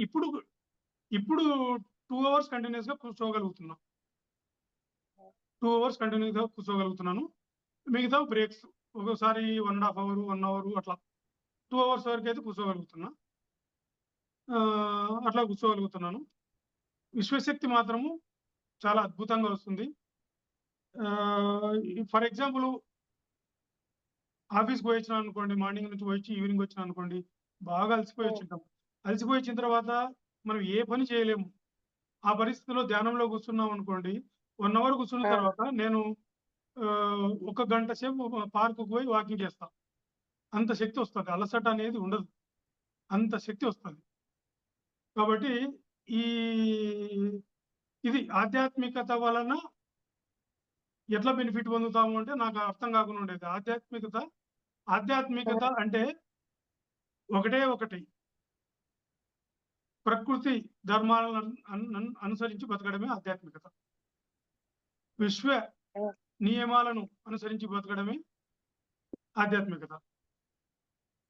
మనము ధ్యానం చేసినామంటే విశ్వశక్తి మనలో ప్రవేశించింది అంటే మనలో చాలా అద్భుతాలు జరుగుతాయి. మన మానసిక పరివర్తన జరుగుతది. శారీరకంగా కూడా పరివర్తన చెందుతాము. అదే కాయోపాసన అంటారు. చిత్తోపాసన అంటారు. విపස්සన అంటారు. కాయోపాసన అంటే మనము ధ్యానంలో కూర్చున్నప్పుడు విశ్వశక్తి వస్తుంటుంది. విశ్వశక్తి వస్తున్నప్పుడు శరీరంలో మనకెక్కడో అలజడి, ఎక్కడో కదలిక ఉంటుంది. ఇప్పుడు పేగుల హ్మ్. దగ్గర కదలిక గానివ్వండి, ఆహ్, ఊపిరితిత్తుల్లో అలజడి గానివ్వండి, ఏదో కండరాల్లో అలజడి కానివ్వండి, ఎక్కడన్నా వైబ్రేషన్ కానివ్వండి, ఇట్లా వస్తుంటాయి. ఇవన్నీ కాయోపాసన. కాయోపాసన అంటే ఆ శక్తి అక్కడ పోయి శక్తి నిండుతూ అక్కడ ఉన్న ఏమన్నా కర్మలుంటే అవి వాటిని దగ్ధం చేసే ప్రక్రియ కాయోపాసన. అదే విధంగా చిత్తోపాసన. చిత్తోపాసన అంటే కొన్నిసార్లు మెడిటేషన్‌లో కూర్చున్నప్పుడు భావోద్వేగాలొస్తాయి. మనకేదో ఏదో భయాలు, ఏదో ఒక్కోసారి కొన్ని భయాలు కలుగుతుంటాయి. ఏదో హ్మ్. శక్తి ఎక్కువొచ్చినప్పుడు భయమైతుంటుంది. అట్లా మానసిక ఉద్వేగాలు కొన్ని వస్తుంటాయి కొన్నిసార్లు. కొన్నిసార్లు ఏదో సౌండ్‌లొచ్చినట్లు అనిపిస్తది బాడీలో. బాడీలోనే ఏదో అలజడి, భయమైతుంది. బయటికి రావాలా, కళ్ళు తెరచాలా అనిపిస్తుంటుంది. ఇట్లాంటివి గూడా కానీ కళ్ళు తెరవకూడదంటారు. ఇది చిత్తోపాసన. దీనికి కారణం ఏందంటే, సూక్ష్మ శరీరంలోని నాడీ మండలంలో గత జన్మల కర్మానుసారము కొన్ని అనుభవాలుంటాయి. కొన్ని భయాలు, చేసిన కర్మల వల్ల భావోద్వేగాలుంటాయి. ఆ భావోద్వేగాలు చిత్తోపాసన వల్ల చిత్తం అంటే మనసు. చిత్తానికి సంబంధించిన కర్మలు తొలగిపోతాయంటారు. కాయోపాసనలో శరీరానికి సంబంధించిన కర్మలు తొలగిపోతాయంటారు. ఇది. విపස්සన. విపස්සన అంటే ఇది మూడోది. ఈ ధ్యానంలో గోచరమయ్యేది మూడోది. విపස්සన అంటే మనకు శక్తి అనంతంగా తీసుకున్న తర్వాత మన కళ్ళు మూసుకొని ఉంటాం కాబట్టి మనకు థర్డ్ ఐ ఓపెన్ అయిన తర్వాత కొన్ని కనిపిస్తాయి. కొన్ని దృశ్యాలు కనిపిస్తాయి. కొన్ని వినిపిస్తాయి అంటారు. అవి అందరికీ రావాలని ఏమి లేదు. కొన్ని స్టేజ్‌ల్లో కొంతమందికి రావచ్చు. కొన్ని స్టేజ్‌లో కొంతమందికి రావచ్చు. కానీ ఇది అత్యధిక స్థాయిలకు పోయిన తర్వాత ఇవన్నీ వస్తాయంటారు. అది విపස්සన గురించైతే నాకైతే ఏమి అనుభవాలేమి లేవు. ఇది మనకు ఆహ్, మనకు నాకొచ్చిన ధ్యానంలో వచ్చిన అనుభవాలు. కాబట్టి హ్మ్. ఈ విధంగా ఈ డయాబెటిస్ గురించి నేనిప్పుడు ఆహారం తక్కువ తీసుకుంటున్నాను కాబట్టి, మళ్ళీ ఎప్పుడైనా చెక్ చేసుకుంటే నార్మల్‌గానే ఉంటది షుగరు. కాబట్టి నేను ఈ ఆహారం తీసుకుంటుంటే ఎన్ని రోజులైనా నేను షుగర్ చెక్ చేసుకోవాల్సిన అవసరం లేదు. ఇప్పుడు నేను 3 నెలలకోసారి కూడా చెక్ చేసుకోవట్లేదు. షుగర్ అని చెక్ చేసుకోవట్లేదు. కాబట్టి ఆలోచన లేదు. ఎక్కడన్నా ఊరికి పోయినామంటే బంధువుల ఇంటికి పోతే వాళ్ళు ఫుడ్ ఏం పెడతారో, ఏం తినాలో మళ్ళీ ఇబ్బంది పడతాను. ఫంక్షన్‌లకి పోతే ఏంది ఇది నాకు కొంచెం ఇబ్బంది అనిపించేది జర్నీలో గూడా. ఇప్పుడు ఏం లేదు హాయిగా పోతాను. ఇప్పుడు కంఫర్టబిలిటీ అనేదొచ్చింది. మానసిక పరివర్తన గూడా హ్మ్. వచ్చింది. ఎట్లా వచ్చింది అంటే, ఇప్పుడు ఫంక్షన్‌లకి పోయినామనుకోండి, అప్పుడు అంతా హ్మ్. ఇబ్బందిగా ఉండేది. ఇప్పుడు ఏ ఇబ్బంది ఉండదు. ప్లేట్ తీసుకుంటాము, అన్నీ చూస్తాము. ఇక్కడ అన్నీ ఉంటాయి. కీరా దోస ఉంటది. పక్కన టమోటా ముక్కలుంటాయి. అన్నీ ఉంటాయి. బీట్రూట్ ముక్కలుంటాయి. ఫ్రూట్స్ ఆహ్, పెట్టింటారు. శ శనగలు ఉడకబెట్టిన శనగలుంటాయి. అలసందలుంటాయి. ఆ! రైస్ ఉంటది. కర్రీస్ ఉంటాయి. రైస్ అయితే కొంచెం పెట్టుకుంటా. అందరూ చూసే విధంగా రైస్ ప్లేట్‌లో పెట్టుకుంటా. మిగతావి లాగించుకుంటుంటా. హ్మ్. అందరితో మాట్లాడుకుంటుంటా. ఇది ఒక హ్మ్. మనం మానసిక ప్రవర్తన. ఇంతకుముందు అట్లా గాదు. రైస్ అందరితో పాటు రైస్ తినేది. అంటే అంత ఐడియా ఉండేది గాదు. ఇంకా ఇప్పుడు ఎట్లా బ్యాలెన్స్ చేసుకోవాలా? అంటే విశ్వశక్తి మనకు అన్నీ నేర్పిస్తది. ఎట్లా బతకాలో నేర్పిస్తది. అదే ప్రకృతి. మనకు నేను పోంగానే ఈ ఆకుకూరలు ఈ ఈ స మామూలుగా ప్రకృతి సంబంధమైన ఆహార పదార్థాలే కనిపిస్తాయి నాకు ఫస్ట్ ఫంక్షన్‌లో లేకపోతే. ఇవేమన్నా ఉన్నాయా? అక్కడికే పోతా. అవే ప్లేట్‌లో పెట్టుకుంటా. కాబట్టి మనం సాత్విక ఆహారం తీసుకుంటే చాలా శరీరంలో కూడా శక్తి బావుంటుంది. మానసిక, శారీరక ఆరోగ్యం కూడా బావుంటుంది. ఇందులో ఏందంటే వండిన ఆలోచనలో ఆహారం ఏమన్నా మార్పొస్తుందా సార్? మేడం ఇలాంటి ఆహారం తీసుకోవడం ద్వారా ఇప్పుడు మీరు ఎంతో ఒక క్రమ పద్ధతిలో తీసుకుంటూ వస్తున్నారు ఆహారాన్ని. ఆ! ఇంతకు ముందుకి, ఇప్పటికి ఆలోచనల్లో మార్పు కానీ, ఏ విధమైన మార్పులొచ్చాయి? ఈ ఆహారంలో మార్పు తర్వాత మేడం నాకు ఎనర్జీలో అంటే బాడీలో ఎనర్జీ బాగుంటుంది. నిస్సత్తువ, నీరసాలు అట్లాంటివి ఉండదు. ఎక్కడ బాడీలో పెయిన్స్ ఏమి ఉండవు. ఆహ్, లైట్‌గా ఉంటుంది. చాలా తేలిగ్గా ఉంటుంది. ముఖ్యంగా కారణం ఏందంటే 2 ఆహారంలో 2 హాని ఎక్కువ చేస్తాయి. ఒకటి కార్బోహైడ్రేట్స్ అంటే ఈ హ్మ్. చక్కెరను ఎక్కువగా ఇచ్చే ఆహార పదార్థాలు కార్బోహైడ్రేట్స్. ఇవి గింజలు, ధాన్యాల ద్వారా వస్తాయి. ఏది ధాన్యాలు ఏది బియ్యం గావచ్చు, ఇంగా సిరిధాన్యాలు గావచ్చు, జొన్నలు గావచ్చు, సద్దలు గావచ్చు, ఏవైనా గావచ్చు. వీటిలో కార్బోహైడ్రేట్స్ ఎక్కువుంటాయి. ఎక్కువ గ్లూకోజ్ వస్తది. గ్లూకోజ్ అనేది ఒక అపోహ ఉంటది. షుగర్ ఉన్నోళ్ళే కార్బోహైడ్రేట్స్ తీసుకోకూడదు అనుకుంటారు కానీ ఇది పొరపాటు. షుగర్ లేనోళ్ళు గూడా ఆహారాన్ని తగ్గిస్తే షుగర్ అనేది ఎక్కువ శక్తిని ఉత్పత్తి చేస్తది శరీరంలో. ఆ శక్తిని తట్టుకోలేదు. మన శరీరం హ్మ్. తట్టుకోలేదు. ఆ శక్తిని తట్టుకోలేకపోతే ఆ శక్తి కన్వర్ట్ అయిపోయి కొంతమందికి ఫ్యాట్‌గా మారి ఫ్యాట్‌గా మారిపోతది. శక్తి ఎక్కువైతే ఫ్యాట్‌గా మారేది ఒక్కటే మార్గం. అదొక్కటే చాలా మార్గాలున్నాయి డ్యామేజింగ్. హ్మ్. అది హార్ట్ పైన ప్రభావం చూపొచ్చు. లివర్‌లో కొవ్వు పేరుకుపోయి లివర్ డ్యామేజ్ కావచ్చు. కిడ్నీస్ డ్యామేజ్‌గా శక్తిని తట్టుకోలేవు. శక్తిని కెమికల్ ఎనర్జీ. ఫుడ్ నుంచి వచ్చేది కెమికల్ ఎనర్జీ. ఈ కెమికల్ ఎనర్జీని కిడ్నీలు తట్టుకోలేవు. శరీరం తట్టుకోలేదు. అంతెందుకు శరీరంలో కణ అన్ని కణాలు భరించలేక హ్మ్. వృద్ధాప్యం తొందరగా వస్తది. కార్బోహైడ్రేట్స్ ఎక్కువ తీసుకుంటే వృద్ధాప్యం తొందరగా వస్తది. ఇది స ఇది ఇది మన ఆహారం కాదు గదా! ప్రకృతిపరమైన ఆహారం హ్మ్. కూడా కాదిది. స ఈ ఇది సైన్స్‌లో కూడా ఇదే తేలింది. చాలా దేశాల్లో కార్బోహైడ్రేట్స్ ఎక్కువ తీసుకోరు. చాలా దేశాల్లో తీసుకోరు. వేరే దేశాల్లో మీరు యూట్యూబ్‌లో ఎక్కడైనా చూడండి హోటల్స్‌లో నీకెక్కడ రైస్ హ్మ్. పెట్టుకోరు. ఏదో ఒక కప్ హ్మ్. పెట్టుకుంటారంతే. ఇది ఆహార పదార్థాల్లో ముఖ్యంగా చక్కెర తక్కువుంటుంది. సాత్వికమైన ఆహారంలో ఉడకని ఆహారంలో. తర్వాత సాల్ట్ ఉండదు. తర్వాత నూనె ఉండదు. ఈ 3 ఉండవు కాబట్టి అన్‌కుక్డ్ ఫుడ్‌లో ఈ 3 ఉండవు కాబట్టి చాలా తేలిగ్గా ఉంటుంది. అయితే ఇది ఒకసారి నేను మార్నింగ్ ఒకటి అలవాటు చేసుకున్నా. 2, 3 నెలల తర్వాత మళ్ళీ ఈవినింగ్ గూడా హ్మ్. అలవాటు చేసుకున్నా. అట్లా పోవాలి మనం. ఒకేసారి అవును. చేసుకోకూడదు. ఒకేసారి చేంజ్ చేసుకోకూడదు. తర్వాత నేను హ్మ్. 1 ఇయర్ నుంచి గూడా ఫ్రూట్స్ తీసుకున్నప్పటి నుంచి గూడా నేను 7 గంటలకే ఈవినింగ్ 7:00 లోపే తీసుకుంటా. 7:00 తర్వాత ఫుడ్ తీసుకోను. అది కూడా మీకు ఆకలి అనిపించడం కానీ, నీరసం అనిపించడం కానీ అలా ఏం అనిపించట్లేదు సార్? ఖచ్చితంగా 7 గంటలకు హ్మ్. ఫ్రూట్స్ తింటే ఫ్రూట్స్ హ్మ్. 45 మినిట్స్ లోపునే డైజెషన్ అయిపోతాయి. అవును. 45 హ్మ్. నిమిషాల లోపే ఫ్రూట్స్ అన్ని డైజెషన్ అయిపోతాయి. తర్వాత హ్మ్. ఆకలి అనిపిస్తది. తర్వాత ఖచ్చితంగా ఆకలి అనిపిస్తది. ఒకరోజు హ్మ్. అనిపిస్తది మనం తినకూడదు. రెండో రోజు అనిపిస్తది తినకూడదు. 4, 5 రోజులు హ్మ్. ఓపిక పట్టినామంటే మన హ్మ్. బయోలాజికల్ క్లాక్ అనేది సెట్ హ్మ్. అయిపోతది. ఏమి ఇబ్బంది లేదు. హ్మ్. ప్రశాంతంగా ఉంటది. మనము హ్మ్. 10 గంటలకు, 9 గంటలకు పడుకుంటాము. ఇంక నీకు హ్మ్. ఆకలనిపించదు, ఏమనిపించదు, నిద్ర బాగొస్తది. అంతా బాగుంటది. ఇది ఈ ఉడకని ఆహార పదార్థాలు పొద్దున తీసుకున్నప్పుడు గూడా నీకు మళ్ళీ ఆకలేస్తది. కానీ చిత్తశుద్ధితో మనము, మనము ఆరోగ్యకరంగా ఉండాలనుకుంటే కొంచెం గట్టి హ్మ్. నిర్ణయాలు తీసుకుంటే ఖచ్చితంగా హ్మ్. ఒక రోజు, ఒక వారం, 2 వారాలు ఓపిక పడితే మాక్సిమం 21 డేస్ అంటారు. ఏ అలవాటైనా మనం అడాప్ట్ కావాలంటే. హ్మ్. వారం రోజుల్లోనే నాకు సెట్ అయిపోయిందంతా.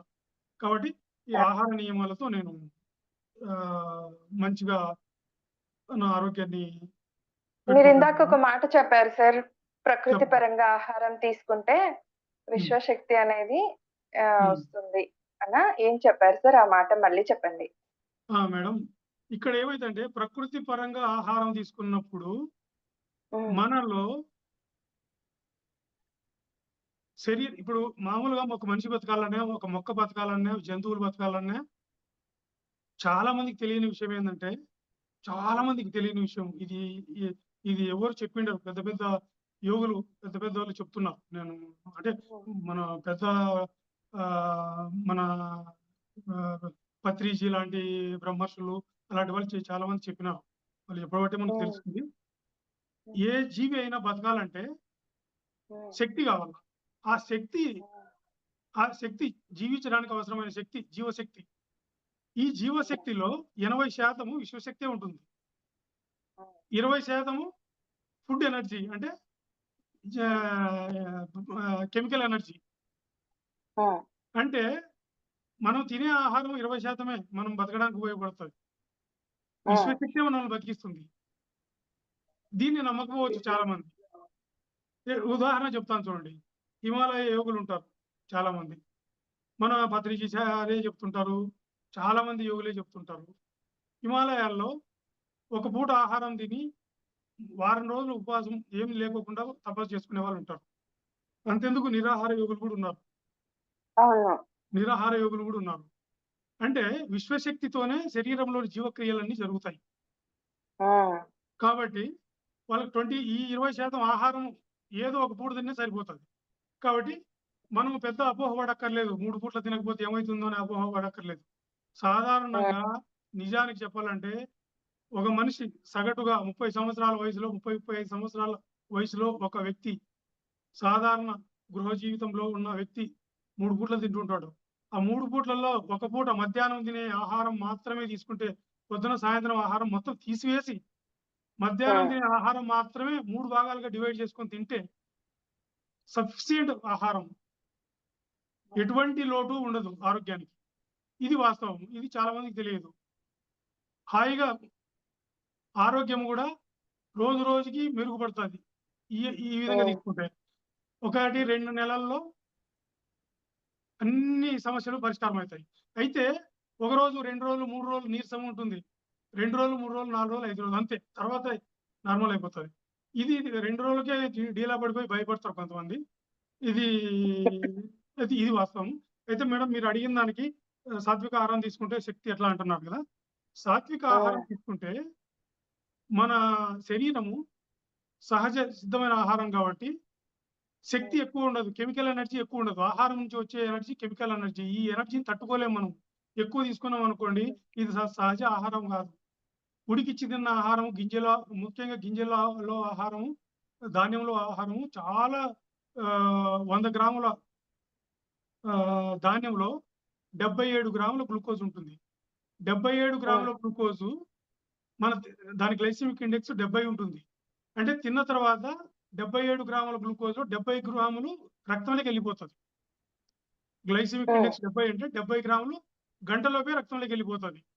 మనం ఆహారం ఒక బిర్యానీ తిన్నామంటే 70 గ్రాముల గ్లూకోజ్ శరీరంలోకి పోతుంది. 70 గ్రాముల గ్లూకోజ్ను ఒక మామూలు వ్యక్తి ఒక రోజంతా భరించాలంటే అంత ఈజీ కాదు. అట్లా జీవితం అంతా భరించే వాళ్ళు ఉన్నారు. అది ఏదో వాళ్ళ సంస్కారం బాగుండి వాళ్ళ జన్యువులు పవర్ఫుల్ అయితే కొంతమంది తట్టుకోగలుగుతున్నారు కానీ ఇది అందరి చేత కాదు. అందుకే అందరూ చాలా మంది రోగాల బారిన పడి పోతున్నారు. ఇది వాస్తవంగా సైన్స్ చెప్పే సత్యమే ఇది. కానీ ఆధ్యాత్మికంగా కూడా ఆధ్యాత్మిక శాస్త్రవేత్తలు ఏం చెప్తున్నారు? ఇది సహజ ఆహారం కాదని చెప్తున్నారు కదా! ఇది మనం ఋషులు చెప్పేదే కదా! సైన్స్ కూడా అదే చెప్తుంది. అంటే ఇక్కడ మొదట ఆధ్యాత్మిక శాస్త్రమే చెప్తుంది ఇక్కడ. ఆధ్యాత్మిక శాస్త్రం చెప్పిన తర్వాతనే అంటే ఇప్పుడు డాక్టర్స్ కానీ వాళ్ళు కానీ అదే చెప్తుంటారు కదండి సార్ మీరు. కొంచెం వీక్‌గా పోతే ఇట్లా తిను. నువ్వు ఎక్కువగా తినాలి. ఇంత తక్కువగా తీసుకుంటే ఎట్లా అనేది కూడా చెప్తుంటారు కదా! డాక్టర్స్ అయినా మేడం కూడా. డాక్టర్లు చెప్తుంటారు కానీ డాక్టర్లకు మన ఈ శరీర ధర్మం గురించి గాని, ఆధ్యాత్మికత గురించి గాని తెలీదు. ఇప్పుడు మేడం అదే విధంగా ధ్యానం చేసే వాళ్ళ శరీర ధర్మం వేరే ఉంటుంది. ధ్యానం చేయని వాళ్ళ శరీర ధర్మం వేరే ఉంటుంది. ఇది వాస్తవం. ఎగ్జాక్ట్‌లీ. ఇప్పుడు అవును. 3 పూట్ల ఆహారం తింటే సాధారణ వ్యక్తులు వాళ్ళు రొటీన్ లైఫ్ గడపగలుగుతారు. అదే మనిషి ధ్యానం లేకోకుండా రొటీన్ లైఫ్ గడుపుతున్నాడు అనుకోండి, 3 పూట్ల ఆహారం తింటూనే వాళ్ళ రొటీన్ జీవితం గడుపుతారు. ఒక పూట ఆహారం తినమని చెప్తే ధ్యానం లేకోకుండా చిన్నాభిన్నమైపోతారు వాళ్ళు. ఆరోగ్యపరంగా, మానసికంగా, భావోద్వేగంగా, శారీరకంగా ఇబ్బందులు పడతారు. ఎందుకు అంటే ఇక్కడ బ్యాలెన్స్ తప్పుతది. ఎందుకంటే మైండ్ సెట్ వేరే ఉంటది. వాళ్ళ మైండ్ సెట్ వేరే ఉంటది. ఇది అంటే అదే ఇప్పుడు ఇక్కడ ఒక్కసారి ధ్యానంలోకి వచ్చిన తర్వాత చాలా ఉంటది మేడం. ధ్యానంలోకి వచ్చిన తర్వాత తెలుసుకోవాల్సినవి చాలా ఉంటాయి. అంత ఈజీ కాదు. దీనికేందంటే ఒకటే చెప్పేదేందంటే ధ్యానంలో కూర్చున్న తర్వాత ధ్యానంలో కూర్చోవడం అలవాటు అవ్వడం అనేది ఒక అదృష్టం. అది సంస్కారం వాళ్ళ పూర్వజన్మల సంస్కారం బట్టి వస్తుంది అంటారు. దీని తర్వాత రెండోదేందంటే నీకు ధ్యానం ద్వారా జ్ఞానం వస్తది. ఆ జ్ఞానం రావడం అనేది అంతకన్నా ఇంకా గొప్ప. ధ్యానంలో కూర్చున్నా కూడా అందరికీ జ్ఞానం అంత తొందరగా అలవడదు. స్లోగా అంటే సంస్కారాన్ని బట్టి జ్ఞానం ఇవన్నీ నడిచిపోతుంటాయి. కాబట్టి ఇప్పుడు ఆహారం నార్మల్‌గా తీసుకునే వ్యక్తిని ధ్యానం లేకోకుండా ఒక పూట తీసుకుంటే ఇబ్బందే. ధ్యానంలో కూర్చున్న తర్వాత ధ్యానంలో అలవాటు పడిన తర్వాత అదే ధ్యానం చేసే మనిషి 3 పూట్ల ఆహారం తీసుకునే మనిషిని నేనిప్పుడు 3 పూట్ల తీసుకోమంటే నా చేత కాదు. 3 పూట్ల తీసుకుంటే అసలు తట్టుకోలేదు. ఎందుకంటే ఆ కెమికల్ ఎనర్జీని భరించలేదు. ఆ ఈ కెమికల్ బాడీ ఎనర్జీ అనేది భరించలేదు. భరించలేదు. ఎందుకంటే తమో గుణం వస్తది. తమో గుణం అంటే ఆ ఎనర్జీ బాడీని లేజినెస్ చేస్తది. ఆ ఎనర్జీ అనేది తట్టుకోలేదు శరీరం. ఆ తమో గుణం అంటారు. ఇప్పుడు 3 పూట్ల ఆహారం 3 పూట్ల ఆహారం తినే వ్యక్తి ఒక పూట తిన్నా సరిపోతది కానీ 3 పూట్ల తిని ఆహారాన్ని భరించలేక తమో గుణంలోకి పోయి ఆ తమో గుణం ద్వారా ఆ శక్తి రకరకాల వాత, పిత్త, కఫాలు బ్యాలెన్స్ లేకోకుండా అది ఆయుర్వేద శాస్త్రం ప్రకారం బ్యాలెన్స్ లేకోకుండా రజోగుణంలోకి పోయి కోపాలు, ఉద్రేకాలు వచ్చేసి రకరకాల రుగ్మతలతో సామాజికంగా అనేక మందితో సమాజంలో, కుటుంబంలో వీళ్ళకి మనశ్శాంతి లేకుండా ఎదుటి వాళ్ళకి మనశ్శాంతి లేకోకుండా అశాంతితో గడుపుతుంటారు. ఇది సామాన్య జీవితం. ఇప్పుడు ఆధ్యాత్మిక జీవితంలోకి వచ్చిన తర్వాత ఆహారం మార్చుకోవాలి. ఆహారం మార్చుకోకుండా ఎవరు ఉండలేరు. అదే ఇప్పుడు ఆధ్యాత్మిక జీవితంలోకి వచ్చిన తర్వాత విశ్వశక్తి గ్రహిస్తున్నాము అంటే అదే నేను ధ్యానం చేస్తున్నాను 6 నెలలు, సంవత్సరం అయింది అనేవాళ్ళు ఉన్నారు. నేను గమనించిన ఈ మధ్య కొంతమందిని. వాళ్ళ జీవితంలో ఎటువంటి మార్పు లేదు.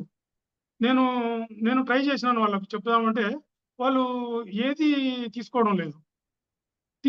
అంటే ఆధ్యాత్మికతలో ఉన్నామని భ్రమపడుతున్నారు కానీ ఆధ్యాత్మికత కాదు. అదే భిక్షమే గురూజీ గారు ఇదే చెప్తారు.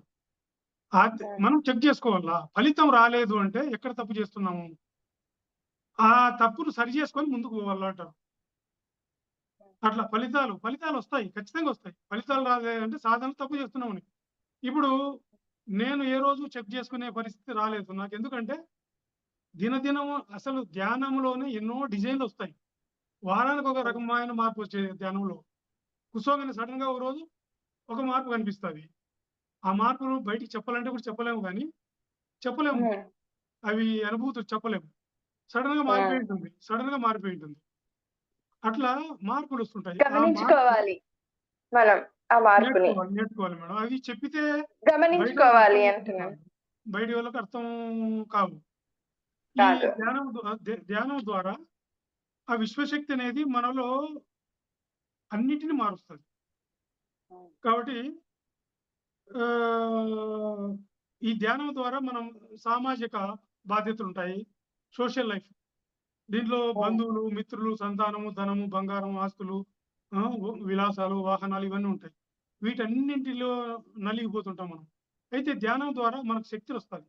శక్తి వచ్చినప్పుడు ఈ శక్తిలో ఈ సోషల్ లైఫ్‌లో మనము అరే! మన పిల్లలు పెద్దలైతున్నారు. వాళ్ళకు వాళ్ళకు ఇద్దరు పిల్లలున్నారు. 2 ఇల్లు కట్టాలా, 2 కార్లు కొనాలా, వాళ్ళకి పెళ్ళిళ్ళు చేయాలా, ఇట్లా ఆలోచన చేస్తాం. వాళ్ళు ఇన్ని వెహికల్స్ కొన్నారు. వాళ్ళ వెహికల్ కంటే నా వెహికల్ పాతదయిపోయింది. ఇట్లా ఆలోచన హ్మ్. చేస్తుంటాం. ఆ! భవ భవిష్యత్ కాలం. వర్తమానంలో పోయి అరే! ఇంతకుముందు నన్ను పలానోళ్ళు వేధించినారు. పలానోళ్ళు ఇబ్బంది పెట్టినారు. నేను వాళ్ళపైన ప్రతీకారం తీర్చుకోలేదు. ఇట్లా ఆలోచన చేస్తుంటాం.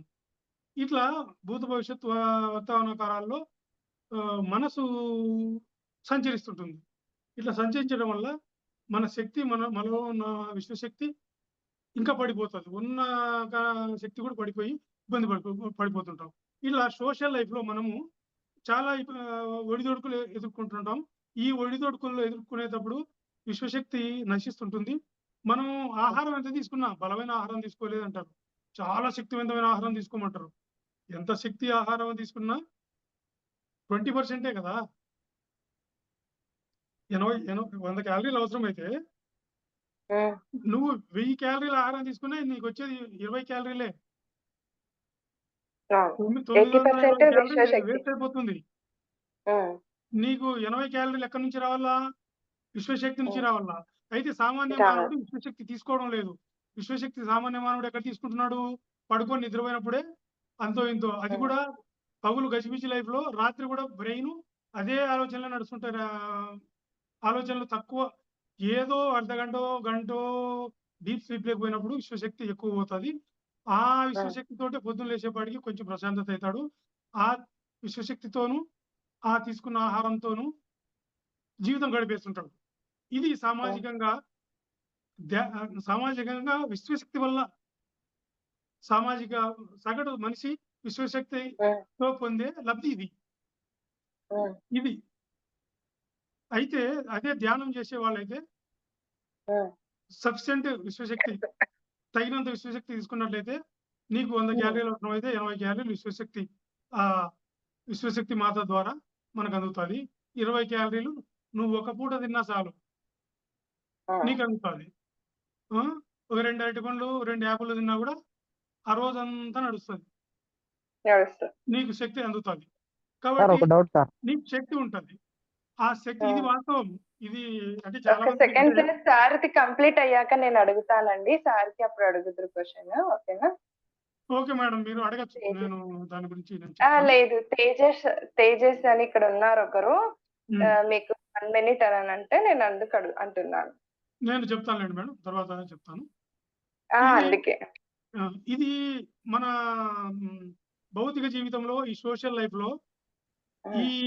ధ్యానం చేసేవాళ్ళు, ధ్యానం చేయని వాళ్ళు మధ్య వ్యత్యాసం ఇది. ఈ హ్మ్. ధ్యానం తీసుకున్న తర్వాత తగినంత విశ్వశక్తి వస్తది. శరీరంలో హ్మ్. ధ్యానం తీసుకున్న తర్వాత తగినంత విశ్వశక్తి బ్రహ్మరంధ్రం ద్వారా ప్రవేశించి షట్చక్రాల ద్వారా షట్చక్రాల నుంచి కణకణానికి అన్ని వ్యవస్థల్లోనూ శరీరంలో నాడీ వ్యవస్థ, రక్త ప్రసరణ వ్యవస్థ, విసర్జక వ్యవస్థ, జీర్ణ వ్యవస్థ, ప్రత్యుత్పత్తి వ్యవస్థ, అస్థి వ్యవస్థ, కండర వ్యవస్థ, ఆ! అన్ని వ్యవస్థల్లో అవయవాలుంటాయి. అన్ని అవయవాల్లోనూ ప్రతి అవయవాలు కణాలతో తయారైతాయి. కణజాలాలతో తయారైతాయి. ఇట్లా అన్నిటికి విశ్వశక్తి ప్రవహించి, విశ్వశక్తి మొత్తం కణకణానికి చేరి మనకు శక్తొస్తది. ఆ శక్తి వచ్చినప్పుడు సోషల్ లైఫ్‌లో ఏమైతుందంటే బంధువుల గురించి, మిత్రుల గురించి, సంతానం గురించి, ధనాల గురించి, ఆస్తుల గురించి ఏం ఆలోచన చేయరు.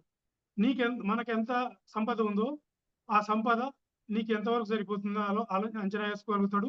నీ సంపాదన ఎంతుంది? నీ ఆస్తి ఎంతుంది? అంచనా ఏసుకొని నాకు ఉన్నదే చాలు. నేను సంతోషంగా బతకగలుగుతాను అని ఒక అంచనాకొచ్చేసి భవిష్యత్తు, వర్తమాన కాలాల్లోకి మనసు దాదాపు వెళ్ళదు. ఎప్పుడు ధ్యానం ఎప్పుడు ఒక వ్యక్తి సంపూర్ణంగా ధ్యానం చేయగలుగుతున్నాడు అని ఎట్లా చెప్పగలుగుతారు అంటే, మన ఆధ్యాత్మిక వేత్తలు చెప్తారు. నీకు విశ్వశక్తి అధికంగా ఉంటే, నువ్వు వర్తమానంలోనే నీ ఆలోచనలుంటాయి. భవిష్యత్తు భూతకాలాల్లోకి నీ ఆలోచనలు పోవు. భవిష్యత్తు ఈ వర్తమానంలోనే నీ ఆలోచనలుంటాయని చెప్తారు. అంటే శక్తి. అంటే సోషల్ లైఫ్‌లో మనం బెనిఫిట్ పొందినట్లే కదా ధ్యానం వల్ల. శక్తి అవును. ఉంటుంది. శక్తి తగినంత వల్ల ఉండడం వల్ల మనసు ప్రశాంతంగా ఉంటుంది. భవిష్యత్తు, గత కాలం గురించి ఆలోచించకుండా వర్తమానంలో ఆలోచించి నీ పనిపైన ఏకాగ్రత పెడతావు. పనిపైన ఏకాగ్రత పెట్టి ఒక పని చేయడమే ధ్యానం అంటారు. నువ్వు మనసు పెట్టి చేయడమే ధ్యానం. శ్వాస పైన మనసు పెట్టి కూర్చుంటున్నావు కదా! ధ్యానం గదా! అదే నువ్వు చేసే పని మీద మాత్రమే మనసు పెట్టి పని చేస్తే, ఆ పని అద్భుతంగా కుదురుతుంది. అదే ధ్యానం. ఏ పని చేసినా గూడా అదే. సో, ఆదర్శవంతమైన ధ్యాని ప్రతి పని ధ్యానంతోనే చేస్తాడు అని అంటారు. అది మనలో ధ్యానం చేస్తుంటాము. మనము 100% కాకపోవచ్చు. 50% కావచ్చు, 40% కావచ్చు, 30% కావచ్చు, 10% కావచ్చు. మనం ఇవన్నీ అనాలిసిస్ చేసుకోగలిగినామంటే మనము ఇంకొక స్టెప్ ముందుకు పోవచ్చు. మనం ఇది, ఇది మనము ఆత్మవిమర్శ కూడా చేసుకోవాలి. సోషల్ లైఫ్‌లో ఇవన్నీ జరుగుతాయి. సోషల్ లైఫ్‌లోనే మనము ఎందుకంటే ఆధ్యాత్మికత అంటే నేనదే ఒక వాట్సాప్‌లో ఒక జర్మనీ సైంటిస్టులు చెప్పినారు అని ఆధ్యాత్మికత గురించి నేను మన ఆధ్యాత్మిక అంటే జర్మనీ, ఫ్రాన్సు, స్విట్జర్లాండ్ ఆ దేశాలు అంటే నేను దేవుడంటే ఇక్కడే నమ్ముతారు. అక్కడ దేవుడు లేడేమో అనుకునేవాడిని. కానీ హ్మ్. దేవుళ్ళు ప్రపంచంలోని 198 దేశాలో, 200 దేశాలో అనుకుంటున్నాం గదా! నాకు ఇంతవరకు తెలియదు. నేను ధ్యానంలోకి వచ్చిన తర్వాతనే తెలిసింది. అన్ని యాహ్! దేశాల్లోనూ ఆధ్యాత్మికత అనేది ఉంది. కానీ ఆధ్యాత్మికత అనేది ఆధ్యాత్మికత అంటేనే విశ్వము. విశ్వం అంటేనే విశ్వమయ శక్తి. విశ్వమయ శక్తి అంటే కాస్మిక్ ఎనర్జీ అంటారు ఇంగ్లీష్‌లో. ఈ విశ్వశక్తి అనేది మొత్తం విశ్వమంతా ఉంటుంది. విశ్వమంతా ఉంటున్నప్పుడు ఈ విశ్వశక్తే ఆధ్యాత్మిక శక్తి. కాబట్టి ఈ ఆధ్యాత్మిక శక్తి ఎక్కడ ఉందో అక్కడంతా ఆధ్యాత్మికత ఉంది. అక్కడ ఆధ్యాత్మిక శాస్త్రము ప్రపంచం నలుమూలలో ఉంది అనేది నాకిప్పుడు అర్థమైంది. దానికి ఎగ్జాంపుల్ చెప్తాను చూడండి. చాలా దేశాలలో వాళ్ళ ఋషులు వాళ్ళ భాషల్లో కొన్ని కొన్ని విషయాలు చెప్తున్నారు. అవన్నీ మనకు చాలా విషయాల్లో, చాలా బుక్స్‌లో, చాలా సోషల్ మీడియాలో వస్తుంటాయి. చాలా దేశాల్లో కొన్ని వేల సంవత్సరాల క్రితం ఆ దేశాలలో చెప్తుంటారు. అవన్నీ కూడా మన భగవద్గీతలో ఉండేటివే. అవన్నీ మన భగవద్గీతలో ఉన్నాయి. అంటే శ్రీకృష్ణుడు అంటే వాళ్ళకి తెలీదు. శ్రీరాముడు అంటే వాళ్ళకి తెలీదు. ఇట్లా ఈ ప్రపంచంలోని 200, 300 ఎన్ని దేశాలున్నా అన్ని దేశాల్లోనూ ఆధ్యాత్మికత ఉంది. కానీ వాళ్ళకి మళ్ళీ శ్రీరాముడు అంటే ఎట్లా తెలీదు, శ్రీకృష్ణుడు అంటే ఎట్లా తెలీదు, వెంకటేశ్వర స్వామి అంటే ఎట్లా తెలీదు అంటే విశ్వం అనేది విశ్వ శక్తి అనేది ప్రపంచవ్యాప్తంగా ఉంటుంది. విశ్వం అనేది ఉంటుంది. అయితే అక్కడక్కడ విశ్వం అనేది కొంతమందిని దేవుళ్ళుగా కొంతమందిని పుట్టించి వాళ్ళతో ఆహ్, మనుషుల్లాగా జీవింపజేసి వాళ్ళకి మెసేజ్ ఇస్తది. రకరకాల వాళ్ళ దేశాల్లో వాళ్ళకి సంబంధించిన వాళ్ళ ట్రాడిషన్‌లో వాళ్ళకు కొంతమంది ఆధ్యాత్మికవేత్తలున్నారు. వాళ్ళవే చెప్పుకుంటారు. కానీ మూలం అన్నీ అంతెందుకు నీకు బైబిలు, ఖురాను, భగవద్గీత ఈ మూడింటిలో గూడా బౌద్ధిజం గాని, ఏ మత గ్రంథాల్లో గాని మౌలిక సూత్రాలు మాత్రము ఒక్కటే విశ్వ సూత్రాలే. అన్నింటిలోని మౌలిక సూత్రాలు విశ్వ సూత్రాలే. కానీ కొంతమంది స్వార్థపరులు కొన్ని రాసుకొని, మధ్యలో రాసుకొని దాన్ని మానిప్యులేట్ చేసుకుంటున్నారు గానీ, మౌలిక సూత్రాలు మాత్రం విశ్వ సూత్రాలే, విశ్వ నియమాలే. విశ్వ నియమాల గురించే అనుసరించే అన్ని దేశాల ప్రజలు బతుకుతున్నారు. ఇది ఎక్కడ తేడా లేదు. కాబట్టి సోషల్ లైఫ్‌లో ఆధ్యాత్మికత అంటే నేను తెలుసుకున్నది ఇది మేడం. ఆధ్యాత్మికత అనేది ఆధ్యాత్మికత అంటే ఇది దేవుళ్ళను ఓకే. ఇప్పుడు దేవుళ్ళను మొక్కుతుంటాం, పూజ చేస్తుంటాము. మామూలుగా మన ఆధ్యాత్మిక శాస్త్రంలోనే ఆధ్యాత్మికవేత్తలు చెప్తుంటారు. ఏం చెప్తున్నారు? కోటి పూజలు ఒక స్తోత్రంతో సమానం అంటారు. హ్మ్. కోటి స్తోత్రాలు ఒక జపంతో సమానం ఒక అంటారు. జపంతో సమానం. కోటి జపాలు జపాలు ఒక ఒక ధ్యానంతో సమానం అంటారు హ్మ్. కదా! అంటే మనం హ్మ్. ఇక్కడికే ఆపేద్దాం. ఇంకా ఆహ్, సమాధి, లయ ఇవన్నీ లయము ఇవన్నీ ఉన్నాయి. ఇంకా అంతవరకు నాకు కూడా అంత పెద్దగా తెలీదు. హ్మ్. మనం ఇక్కడి వరకు అనుకుంటే పూజ, హ్మ్. పూజ చేయడము, దేవుళ్ళను గుడికి పోయి మొక్కడము, పుణ్యక్షేత్రాలు విజిట్ చేయడము ఇవన్నీ మన సాంప్రదాయం ప్రకారం పోతుంటారు. అందులో ఎవరు తప్పట్టాల్సిన అవసరం లేదు. మన దేవుళ్ళను మనం నమస్కరించుకుంటాం. మనం పూజించుకుంటాం. అందులో తప్పు లేదు. ఏం లేదు. అసలు ఒక పుణ్యక్షేత్రానికి పోవడం అంటే అది విజ్ఞాన యాత్రగా ఉపయోగపడుతది. విహారయాత్రగా ఉపయోగపడుతది. ఆధ్యాత్మిక యాత్రగా ఉపయోగపడుతది. దాన్ని 3 రకాలుగా కూడా ఉపయోగించుకోవచ్చు. మనం కాబట్టి ఉపయోగించుకునే దాంట్లో ఉంటుంది ఆ యాత్ర అన్నీ అనేది. ఉంటాయి. అన్నీ ఉంటాయి. అయితే హ్మ్. ఆధ్యాత్మికంగా మనము ఎదగాలన్నా, ఆధ్యాత్మికంగా మనకు ఉపయోగపడాలన్నా, మనకు ఎంత విశ్వశక్తి తీసుకుంటాం అనేదే ఇక్కడ క్రైటీరియా. హ్మ్. ఆధ్యాత్మికంగా నీకొచ్చే లాభం ఏంది అంటే, హ్మ్. విశ్వశక్తి నీకు ఎంత వస్తుందో అదే ఆధ్యాత్మికత. ఇది ఇది ఇది కొలమానం. అందుకే ఒక ధ్యానము కోటి జపాలతో సమానము అంటారు. హ్మ్. అట్లా పూజల కన్నా అంటే పూజలు, పూజలు నువ్వు ఇంట్లో పూజ చేసుకో తప్పులేదులే కానీ, అయితే నువ్వు హ్మ్. శక్తివంతుడివి కావాలా అంటే నీకు హ్మ్. అత్యధిక శక్తి వస్తేనే నీకు జ్ఞానం వస్తది. శక్తి ఉంటేనే జ్ఞానం వచ్చేది. హ్మ్. జ్ఞానం ఆధ్యాత్మిక జ్ఞానం ద్వారానే మోక్షం వస్తది. కాబట్టి ఇది క్రైటీరియా. కాబట్టి మనము శక్తి రావాలంటే ధ్యానం చేయాల. ధ్యానం ఎంత చేస్తే అంత. ఇక ఉదాహరణకు పూజ చేస్తుంటారు మన ఇంట్లో దేవుడి గదిలో. పూజ హ్మ్. చేస్తున్నప్పుడు కొద్దిసేపు ఎక్కువ చేసినారనుకోండి కళ్ళు మూసుకొని ఈ పూజ ఏర్పాట్లన్నీ చేస్తుంటారు. ఆ టైంలోనే మనసు లో ఆలోచనలు తగ్గిపోవడం వల్ల శక్తి వస్తది. మనసు హ్మ్. ఏ విధంగా మనసులో ఆలోచనలు తగ్గిపోతే అంత విశ్వశక్తి వస్తుంటుంది. హ్మ్. కాబట్టి గజిబిజి లైఫ్ ఎంత ఉంటే అంత విశ్వశక్తి తగ్గుతది. అందుకే ఆధ్యాత్మిక శాస్త్రవేత్తలతో పాటు విజ్ఞాన శాస్త్రవేత్తలు గూడా డాక్టర్లు కూడా చెప్పడం ఏందంటే, మనిషి ఎన్ని హ్మ్. వ్యాపకాలు పెట్టుకుంటే ఎంత గజిబిజి లైఫ్ గడిపితే వాళ్ళ జీవన కాలం తగ్గుతుంది అంటారు. ఇది వాస్తవం. హ్మ్. ఆధ్యాత్మిక హ్మ్. శాస్త్రవేత్తలు కూడా అది చెప్తారు. ఎంత హ్మ్. విశ్వశక్తి తీసుకుంటే నీకు అంత శక్తి హ్మ్. వస్తది. అంత జ్ఞానం వస్తది. జ్ఞానం కర్మలను దగ్ధం చేస్తది. ఇక్కడే తెలిసిపోతది గదా! అందుకే డాక్టర్స్ కూడా అంటారు కదండీ సార్ ధ్యానం చేయండి. మెడిటేషన్ చేయమని వాళ్ళు కూడా ప్రిఫర్ చేస్తూ ఉంటారు. చెప్తారు. అవును. అవును. హ్మ్. మెడిటేషన్ అయితే డాక్టర్లకు గూడా ఆధ్యాత్మికతలో కూడా మేడం ఇక్కడ ఒకటుంది. హ్మ్. ఈ ధ్యానం గురించి గత 10 సంవత్సరాల నుంచి ఎన్ని పరిశోధనలు జరిగినాయంటే మెడికల్ ప్రొఫెషన్‌లో అసలు హ్మ్. 10 సంవత్సరాలు ధ్యానం చేసిన తర్వాత, చేయకముందు, చేసిన తర్వాత బ్రెయిన్ హ్మ్. ఎక్స్‌రేలు, ఎంఆర్ఐలు, సీటీ హ్మ్. స్కాన్‌లు చాలా చేసి నేను చాలా చదివినా. నేను ఎన్ని హ్మ్. చదివినాను అంటే ఆర్టికల్స్ కొన్ని వందల హ్మ్. ఆర్టికల్స్ చదివినా. హ్మ్. హ్మ్. పేరు మోసిన ప్రపంచంలో శాస్త్రవేత్తలు హ్మ్. మెదడులో మెదడులో మారిపోతాయి. స్ట్రక్చరే మారిపోతుంది. హ్మ్. బ్రెయిన్ హ్మ్. స్ట్రక్చరే మారిపోతది.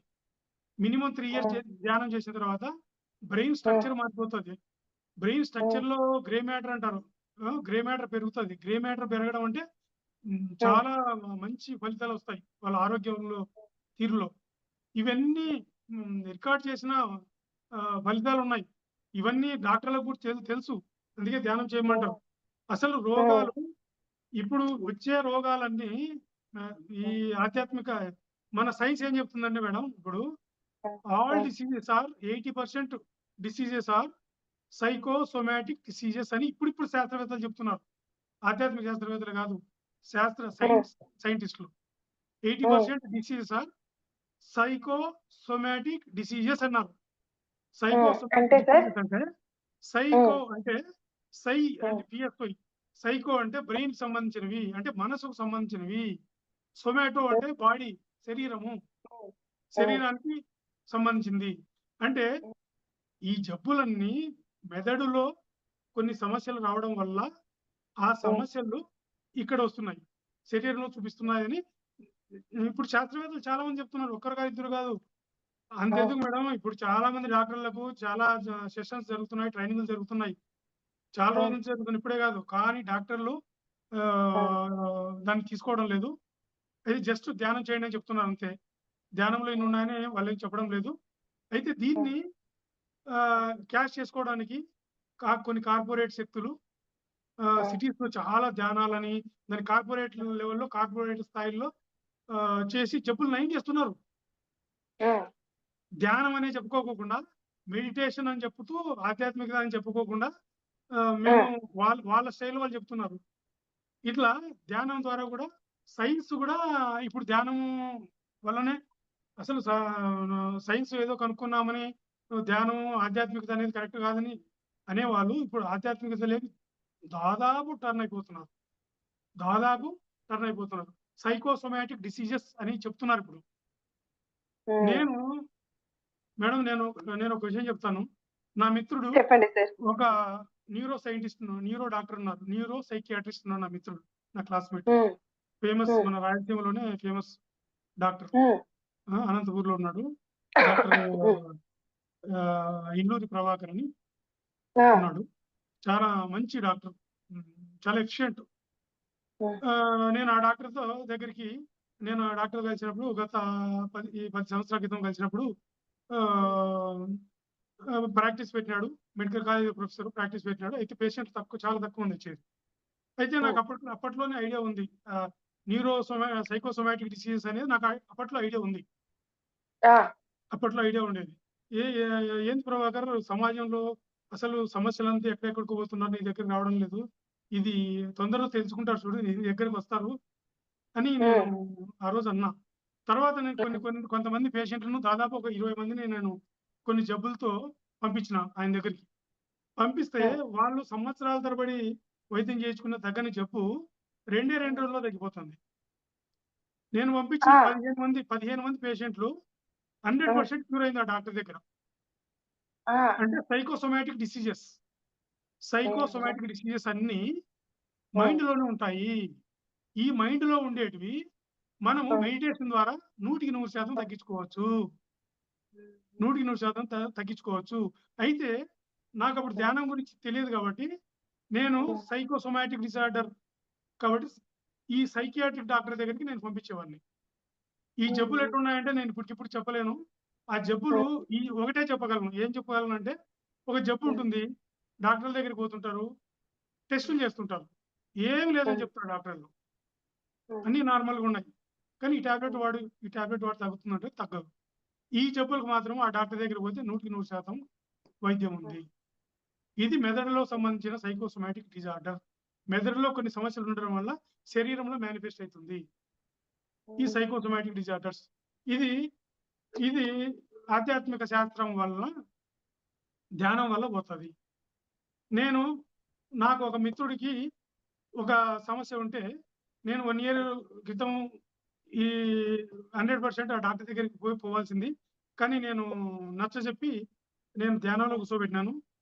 ధ్యానంలో కూర్చోబెట్టిన తర్వాత 6 నెలల తర్వాత ఆ సమస్య పోయింది. ఇది ప్యూర్‌లీ సైకియాట్రిక్ ప్రాబ్లమ్. అంటే హోప్ లేదు.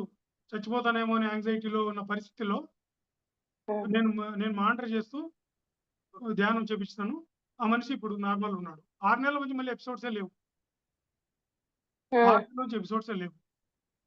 సైకోసోమాటిక్ డిజార్డర్ ఇది కూడా సైకోసోమాటిక్ డిజార్డర్. అయితే ఈ సైకియాట్రిక్ సంబంధించినటి కొన్ని చాలా సింపుల్‌గా పోతాయి. కొన్నిటికి లైఫ్ లాంగ్ మెడికేషన్ వాడాల్సొస్తుంది. అదే ఆధ్యాత్మిక శాస్త్రం ద్వారా మనము సోషల్ లైఫ్‌లో ఎటువంటి జబ్బులు లేకోకుండా మనము సంతోషకరమైన జీవితం గడపవచ్చు. ఇంకా రెండో వైపు తీసుకుంటే ఆధ్యాత్మిక జీవితం. ఆధ్యాత్మిక జీవితం అనేది మన ఆధ్యాత్మిక శాస్త్రం ప్రకారము మనిషి అనే ఏ జీవి అయినా నిర్జీవం నుంచి జీవం వచ్చింది. జీవంలో ఏకకణ జీవులు వచ్చినాయి. తర్వాత బహుకణ జీవులు వచ్చినాయి. తర్వాత వృక్ష సామ్రాజ్యంలో నిమ్న వృక్షం నుంచి అత్యధిక శ్రేణి గల వృక్షం వరకు జన్మలెత్తింటుంది ఆ జీవి అంటారు. తర్వాత జంతు ప్రపంచంలోకి వచ్చిన తర్వాత అల్ప శ్రేణి నుంచి అత్యధిక శ్రేణి గల జంతువు వైపు జన్మలెత్తింటుంది అంటారు. ఆ తర్వాత జీవి మానవ జన్మ తీసుకుంటుందంటారు. మానవ జన్మ తీసుకుంటారు అంటే మానవ జన్మలో మేడం వినిపిస్తుందా? Okay hello. సార్, వినపడుతుందండి. మేడం. కంటిన్యూ సార్, కంటిన్యూ చేయండి. వినిపిస్తుంది, ఓకే వినిపిస్తుంది. Okay madam. ఈ మానవ జన్మ తీసుకున్న తర్వాత ఉమ్, మిగతా వృక్షాలకు, జంతువుల్లో ఉన్న ఆత్మకి, మనిషిలో ఉన్న ఆత్మకి చాలా తేడా. మనిషి జన్మ తీసుకున్న తర్వాత మనిషిలోకి వచ్చిన ఆత్మకి బుద్ధి ఉమ్, బుద్ధి అనేది సృష్టింపబడింది. ఆలోచన శక్తి ఉంది, ఉమ్, బుద్ధి ఉంది, మనసు ఉంది. ఆ మనసుకు ఆలోచనలు ఉంటాయి. ఉమ్, మంచి చెడు అనేది ఉంటుంది. మంచి కర్మలు, చెడు కర్మలు అనేటివి ఉంటాయి. ఉమ్, ఇది మన మన మనిషి జన్మ తీసుకున్న తర్వాత మంచి కర్మలు చేస్తుంటాడు, చెడు కర్మలు చేస్తుంటాడు. ఈ కర్మలన్నీ చేసుకున్న తర్వాత మరణిస్తాడు. మరణించిన తర్వాత పైలోకాలకు పోయిన తర్వాత ఈ ఆత్మ పైలోకాలకు పోయిన తర్వాత మన ఆధ్యాత్మిక శాస్త్రం ప్రకారము ఆత్మకి పైలోకానికి పోయిన తర్వాత మాత్రమే తన యొక్క అన్ని జన్మలను చూసుకోగలుగుతాడంట. ఆత్మ అన్ని జన్మలను చూసుకొని నేను వెనకాల ఎన్ని జన్మలు ఎత్తినాను, ఆ జన్మలలో నేను ఏం సాధించినాను. ఆత్మ యొక్క గమ్యము పరమాత్మ. అప్పటికేం లేదు, ఆత్మకి ఒకటే తెలుసు, పరమాత్మ వైపు పోవడమే. మానవ జన్మ గురించి, ఈ జన్మ గురించి, ఆ జన్మల గురించి కాదు, పరమాత్మ వైపు పోవడమే. ఈ గమ్యం చేరుకోవడానికి నేను ఎంత దూరంలో ఉన్నాను అని ఆత్మ ఆలోచిస్తుందంట. ఇంతకుముందు నేను ఇవి సాధించినాను, రాబోయే జన్మల్లో నేను ఈ జన్మలో ఇది సాధించాలా, లేదు ఈ పోయిన జన్మలో అంత సాధించినాను, ఈ ఒక్క జన్మలోనే ఇది సాధించి నేను నన్ను నేను తెలుసుకొని ఆత్మ సాక్షాత్కారం చేసుకొని నేను పరమాత్మలో లీనం కావాలని ఆలోచన ఉంటుంది. ఆత్మ యొక్క ఆలోచన అదేనంట. తర్వాత ఆత్మకి జన్మ తీసుకునే ముందు ఆత్మ గత జన్మల్లో ఎన్ని జన్మలు చేసినా కానీ మంచి కర్మలు, చెడు కర్మలు ఇవన్నీ కలిపి భగవంతుడు ఒక ఒక స్క్రిప్ట్ రాస్తారంట. దాన్ని సంస్కారం అంటారంట. సంస్కారం అనే ఒక స్క్రిప్ట్‌తో ఆత్మ జన్మ తీసుకుంటుంది. సంస్కారం. ఆ సంస్కారం అనేది దేనిపైన ఆధారపడి ఉంటుంది? ఆ ఆత్మ గత జన్మల్లో చేసుకున్న సార్ సార్ మేడం? ఒక్క సెకండ్. తేజేష్ గారు ఏదైనా అడగాలనుకుంటున్నారా సార్కి? అవును, హలో. అడగాలనుకుంటున్నాను. అడగండి. అడగాలను ఓకే, సార్. ఎక్కడి నుండి మీరు? మేము బెత్తంచెర్ల. ఓకే ఓకే, అడగండి. సారేమో ధ్యానం అంటే మనం 10 నిమిషాలు చేయాలా, అర్ధగంట చేయాలా, 1 అవర్ చేయాలా అని అంటున్నారు. అసలు ధ్యానం అంటే మనం చేసేది, మనం ఉండే ఒక స్థిత. నేను చాలా చోట్ల విన్నా, ఎవరైనా ఇదే చెప్తున్నారు.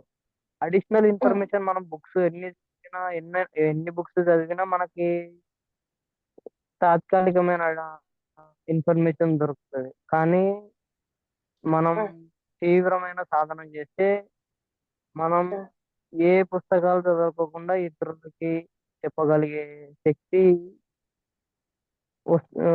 వచ్చే ఎట్లా వస్తుందంటే అది మెడిటేషన్ ద్వారా అంటున్నాను. కానీ మెడిటేషన్ చేయండి అంటే మెడిటేషన్ లో కూర్చొని మనం ఏం చేయాలని అర్థం కాదు.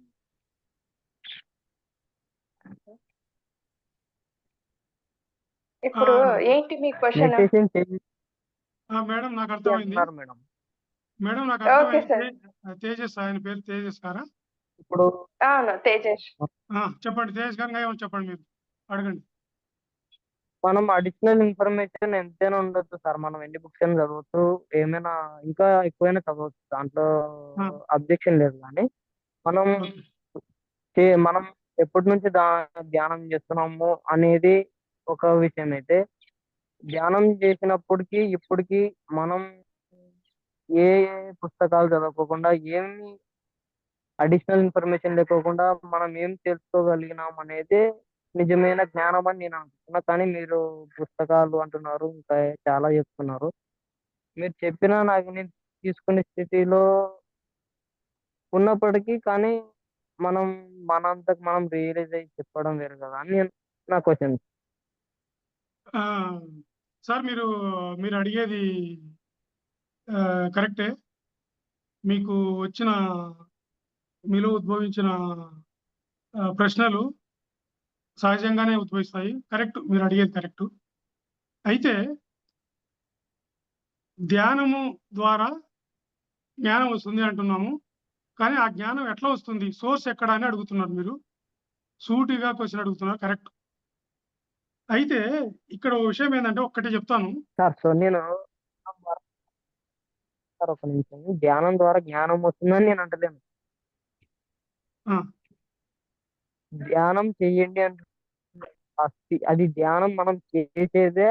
ధ్యానం అంటే ఒక స్థిత, మీరు ధ్యానం అంటే ఒక క్రియ లాగా చెప్తున్నారు. అవును. నేనేమో అది క్రియ కాదు, మనం అంకిత భావంతో చేసే ప్రతి పని ధ్యానమే అని నేను అంటున్నా. కానీ మీరేమో మీరని కాదు, యాక్చువల్ గా ప్రజెంట్ అందరూ మాట్లాడేది ధ్యానం చేయండి, కూర్చోండి, మీరు చేతులు ఇలా పెట్టుకోండి అలా పెట్టుకోండి అని అంటున్నారు. ఎలా ఓకే. పెట్టుకున్నా మనకి థాట్స్ అనేవి వస్తాయి. ఓకే. కరెక్ట్ కరెక్ట్ మీనింగ్ ఏంటండి? ధ్యానం మీ- అంటే మీరు కరెక్ట్ మనం చేసేది అయితే కాదని నాకు తెలుసు, నాకు అర్థం. తేజ్ గారు, మీరు ధ్యానం చేస్తున్నారా? చెప్పండి సార్. చేస్తున్నాను ఎంతసేపు కూర్చుంటారు మామూలుగా? నేను సింపుల్ గా అడుగుతున్నా, ఎంతసేపు కూర్చుంటారు? సార్. నేను ఒక్కొక్కసారి టూ టూ 2.5 అవర్స్ కానీ, ఒక్కొక్కసారి 1 అవర్ కానీ, నాకు ఆ సిచ్యువేషన్ అక్కడ వాతావరణం అనుకూలంగా ఉంటే నేను అట్లనే ఉండిపోతా సార్. ఓకే. సాయంకాలం పొద్దున అట్లా 10-11 మం- సాయంకాలం దాకా అట్లే ఉండిపోతా. మంచిది, మంచిది, మంచిది. సిచ్యువేషన్ సరిగా లేకపోతే ఎవరైనా disturb వచ్చి నన్ను లేపిన అస్- తర్వాత నేను డిస్టర్బ్ నన్ను వాళ్ళు ఇబ్బంది పెడతారని నేను అక్కడ నుంచి వెళ్ళిపోతాను. ఓకే తేజస్ గారు, మీరు 2 గంటలు 2.5 గంటలు కూర్చుంటున్నారంటే చాలా అద్భుతము. ఇంకొకటి ఏంటంటే ఇందులో మెడిటేషన్ లో సార్ చెప్పేది నేను ఎప్పుడు ఆధ్యాత్మికలు చెప్పేది ఏంటంటే సార్ ఒక్క విషయము చెప్పండి.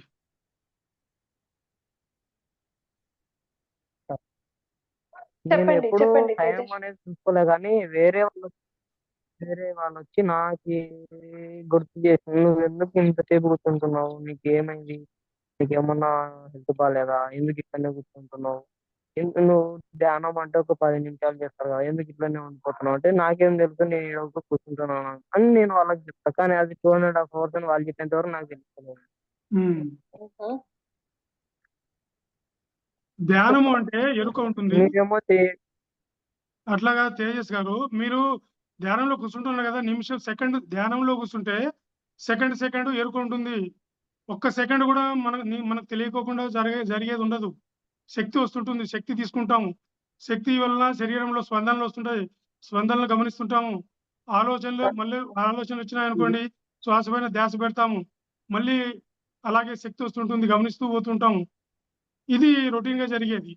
ఈ సార్ అదంతే. ధ్యానంలో జరిగేది ఏంటంటే మన యొక్క మన యొక్క ఆలోచన మైండ్ విస్తరిస్తుంది. ఇప్పుడు మనసు బంగారం అనుకో, బంగారంతో పోలుస్తాను నేను. బంగారము వేడి చేసి కరిగిస్తారు. కరిగించిన తర్వాత దాన్ని ఒక డిజైన్ లో పోల్చిన తర్వాత ఏ డిజైన్ లో పోస్తే ఆ డిజైన్ లో పోతుంటుంది. అది కరిగి విస్తరించి వజ్రాలను తీసుకుంటుంది, వైడ్యూర్యాలను తీసుకుంటుంది, రకరకాల డిజైన్లను తీసుకుంటుంది, రకరకాల ఆకృతులను సంతరించుకుంటుంది బంగారు. అంటే బంగారు వేడి అనే ధ్యానంతో అంత అద్భుతమైన డిజైన్ ఇస్తుంది.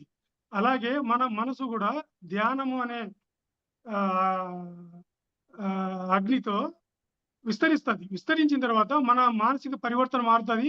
మనం బుక్స్ చదవడమే కాదు, ఎక్కడ ఏం విన్నా మనం క్యాప్చర్ చేస్తాము. యూట్యూబ్ లో రామాయణం గురించి విన్నాం అనుకో, మొత్తం మీ మైండ్ లోకి వెళ్ళిపోయి అసలు నువ్వు మర్చిపోవు. నేను ఇప్పుడు ఏది విన్నా కూడా మర్చిపోను.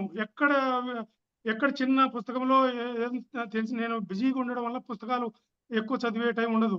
జర్నీలో కానీ ఎక్కడ టైం సార్ ఉన్నప్పుడు ఒక యూట్యూబ్ ఆన్ చేసుకుంటాను, రామాయణాలు ఉంటాయి, మహాభారతాలు ఉంటాయి, భాగవతాలు ఉంటాయి, పిరమిడ్ మాస్టర్లు ఉంటాయి, చాలా ఛానల్స్ ఉంటాయి, పత్రిజీది ఉంటాయి, బిచ్చమి గురించి ఇట్లా వింటుంటాం కాబట్టి జ్ఞానం అనేది మనకు ఆటోమేటిక్ గా వచ్చి మన మైండ్ లో చేరిపోతుంటుంది. ఆ చేరిపోవడం ధ్యానము ద్వారా జ్ఞానం వస్తుంది అంటే ఇది బంగారాన్ని ఇప్పుడు వేడి చేసి లిక్విడ్ రూపంలో వేసి ఒక ఆ అచ్చులో వస్తే ఎట్లా ఇన్ని వజ్రాలు వైడూర్యాలను రంగులను తీసుకుంటుందో మన మనస్సు కూడా విస్తరించి ధ్యానం ఎక్కడ జ్ఞానం ఉన్నా కూడా ఎక్కడ సమాచారం ఉన్నా కూడా ఏది సోషల్ ఇన్ఫర్మేషన్ అయినా తీసుకుంటుంది, స్పిరిచువల్ ఇన్ఫర్మేషన్ అయినా తీసుకుంటుంది. మన సోషల్ లైఫ్ లో కానీ మన జీవితం పరివర్తన చెందుతుంది, ఆధ్యాత్మిక జీవితంలో కూడా మన జీవితం పరివర్తన చెందుతుంది. ఇట్లా ఆత్మ అనేది పరమాత్మ వైపు అడుగులు వేయబోయే లోపు 100 అడుగులు వేసిన తర్వాత ఆత్మ పరమాత్మలో చేరుతుంది అనుకోండి. ఈ జన్మలో మన సోషల్ లైఫ్ మంచిగా గడిపి మనం అన్ని అనుభవించి తర్వాత ఒక్కో మెట్టుకి ఆధ్యాత్మిక తేజేష్ గారు పెట్టుకోవచ్చు. ఇంకా ఏమన్నా అడగాలనుకుంటున్నారా? అవును హలో, మేడం. మీకు ఇంకా ఏమైనా డౌట్స్ ఉన్నా కూడా ఫోన్ నెంబర్ ఇస్తానండి. మీరు ఎన్ని రోజుల నుంచి మెడిటేషన్ చేస్తున్నారు? ఒక 2 years అవుతుంది. మీకు అక్కడ బేతంచెర్లలో గ్రేట్ మాస్టర్స్ ఉన్నారు కదా, పెద్ద సెంటర్ ఉంది మేడం. నేను ఏ మాస్టర్ ని కలవలేదు, ఇంకా నాకు ఎవరు తెలియదు మేడం. కాకపోతే నేను ఈ ఎక్కడన్నా అంటే ఎట్లా చేయాలా అనేది మా నాన్నమ్మ చిన్న ఉన్నప్పుడు పత్రిజీ అక్కడ ధ్యానం చేద్దాం పోదాం పదా అని నన్ను తీసుకెళ్లారు మేడం. ఓకే, మీరు అక్కడ వెళ్ళి కలవండి. ఎందుకంటే సార్ అన్నట్టుగా మాస్టర్స్ ని కలవండి. చాలా గ్రేట్ మాస్టర్స్ ఉన్నారు అక్కడ.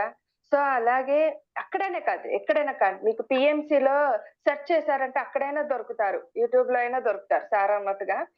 సో బుక్స్ అయినా చదువుతారండి. ఎందుకంటే ఈ డౌట్ మేము ఎంత చెప్పినా కూడా మీకు కొంతనే అర్థమవుతుంది.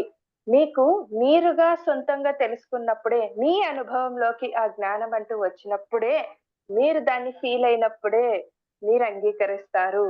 ఎందుకంటే మీరు చెప్పిన క్వశ్చన్ అర్థమయ్యింది నాకు కానీ, సార్ కానీ, అందరికి అర్థమైంది.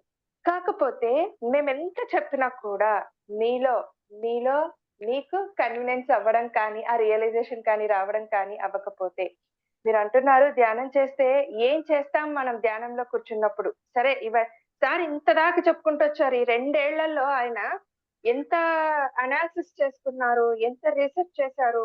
బుక్స్ ద్వారా కానీ, క్లాసెస్ వినడం ద్వారా కానీ, ఆయన సాధన పెంచుకోవడం కానీ, ఆయన ఆహార మార్పులో చాలా గొప్ప మార్పు తెచ్చుకున్నారు. అసలు మనం అంతా పాటించాల్సిన విషయాలు అవి. అలాగే ఒక వెటర్నరీ డాక్టర్ అయి ఉండి ఆయన ఇంకొక డాక్టర్ చేత ఎలా వాళ్ళు రీసెర్చ్ చేసుకున్నారు, ఆయన ఊరికే చెప్పట్లేదు. ఆయన బీపీ తగ్గించేసుకున్నారు, షుగర్ తగ్గించేసుకున్నారు, చేసి చూపించారు. భౌతికమైన మార్పులు ఉంటాయి ఈ ఆధ్యాత్మికత ప్రయాణంలో. ఈ భౌతికమైన మార్పులు ఎలా ఉంటాయి అనేది గమనించుకున్నారు ఆయన, గ్రహించారు వాటి నుంచి. ఆ విషయాలన్నిటిపైన జ్ఞానం పెంచుకున్నారు. ఒక రీసెర్చ్ లాగా కాదు, రీసెర్చే. సైన్స్ అంటే ఏంటి, సైన్స్ నుంచి ఆధ్యాత్మికతకి ఎలా మనం ప్రయాణం చేస్తాం, అందరూ ప్రయాణం చేయాల్సింది ఇక్కడే. ప్రతి చోట ఈ విశ్వంలో అనేది ఆధ్యాత్మికతయే. మనం ఎలా రీసెర్చ్ చేసుకోవాలనేది సార్ ఇంతలాగా మనకి వివరించి చెప్పారు ఇప్పుడు. మరి సో ఇవన్నీ వింటేనే అండి.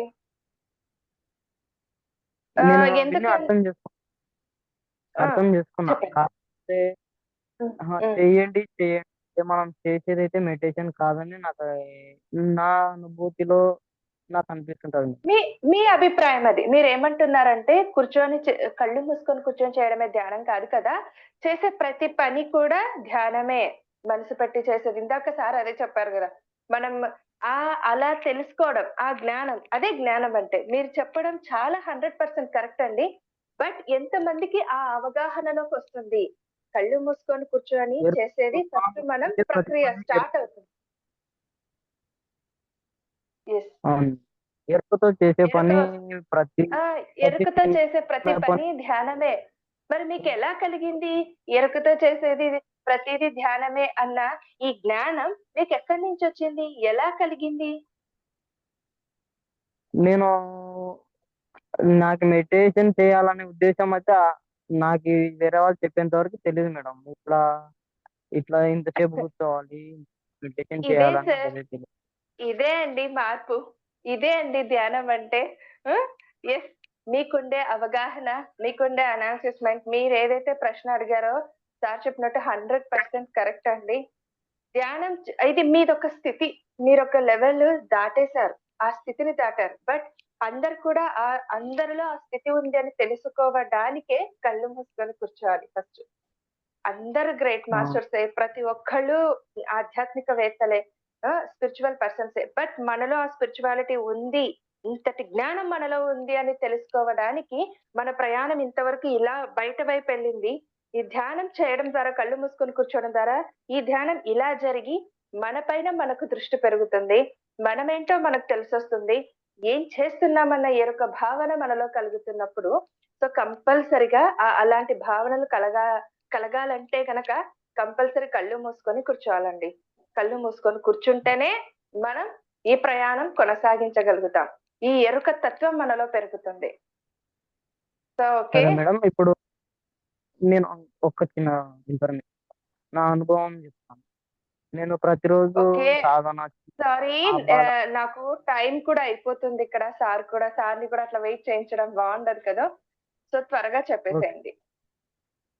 మేడం, నా నా అనుభవం అయితే నేను ప్రతిరోజు సాధన చేస్తుంటా కదా మేడం.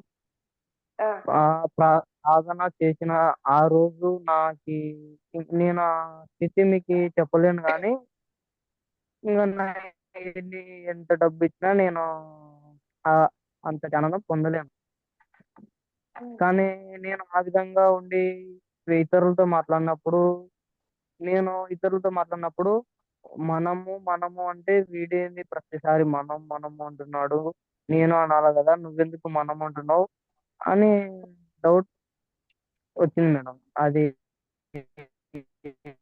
దాని యెస్ మీద సార్. నాకు ఒక క్లారిటీ ఇస్తారు. మీకు మీకు నేను ఎగ్జాక్ట్‌గా చెప్పాలంటే గనక కర్నూల్‌లో డైలీ మీ యూత్ కొరకు, మన యూత్ కొరకు డైలీ కంపల్సరీగా పైమా అనేది రన్ అవుతూ ఉంటుంది. మీకు నేనెందుకు ఫోను నంబర్ ఇస్తానని చెప్పానంటే, ఆ లింక్ షేర్ చేయడానికి అడిగాను. అందులో మీరు డిస్కషన్ చెయ్యొచ్చు. మీకున్న ఎన్నో డౌట్స్‌కి, మీరు ఏం సంపాదించుకున్నారు ధ్యానం ద్వారా అన్న విషయాలకి మీరు ఆహ్, షేర్ చేసుకోవచ్చు. ఆ ఫ్రీడమ్ అక్కడుంటుంది. అందుకొరకని నేను చెప్పాను అలాగా. ఓకే. మీరు మంచి స్థితిలో ఉన్నారండి. ఏ ఒక్కరితో మీరు పట్టించుకోవద్దు. మీరు ఇలాగే కొనసాగించండి. ముందుకు వెళ్ళండి. ఇంకా ఇంకా తెలుసుకోండి. Okay. Thank you. Thank you. Sir, madam. చెప్పండి సార్. మనకి టైం అయిపోవచ్చింది. 6:20 అవుతుంది సార్. మేడం. లా ము చివరిగా మీ సందేశం. మీరింకా ఏదైనా చెప్పదలుచుకుంటే కూడా ఇంకా మనం మళ్ళీ క్లాస్ చేద్దాం సార్. మళ్ళీ మీకు ఫ్రీగున్న రోజు మళ్ళీ కలుద్దాం ఈ సెషన్ ద్వారా. తప్పకుండా మేడం. హ్మ్. చివరిగా మీరేం చెప్తారు? మన ఛానెల్ వీక్షిస్తున్న వారికి. నేను చెప్పేదేంటంటే ధ్యానం రెగ్యులర్‌గా చేయండి. కొంతమందికి ధ్యానం అంటే ఎక్కువ సేపు కూర్చోకపోవడం అనేది కొంచెం సమస్యే.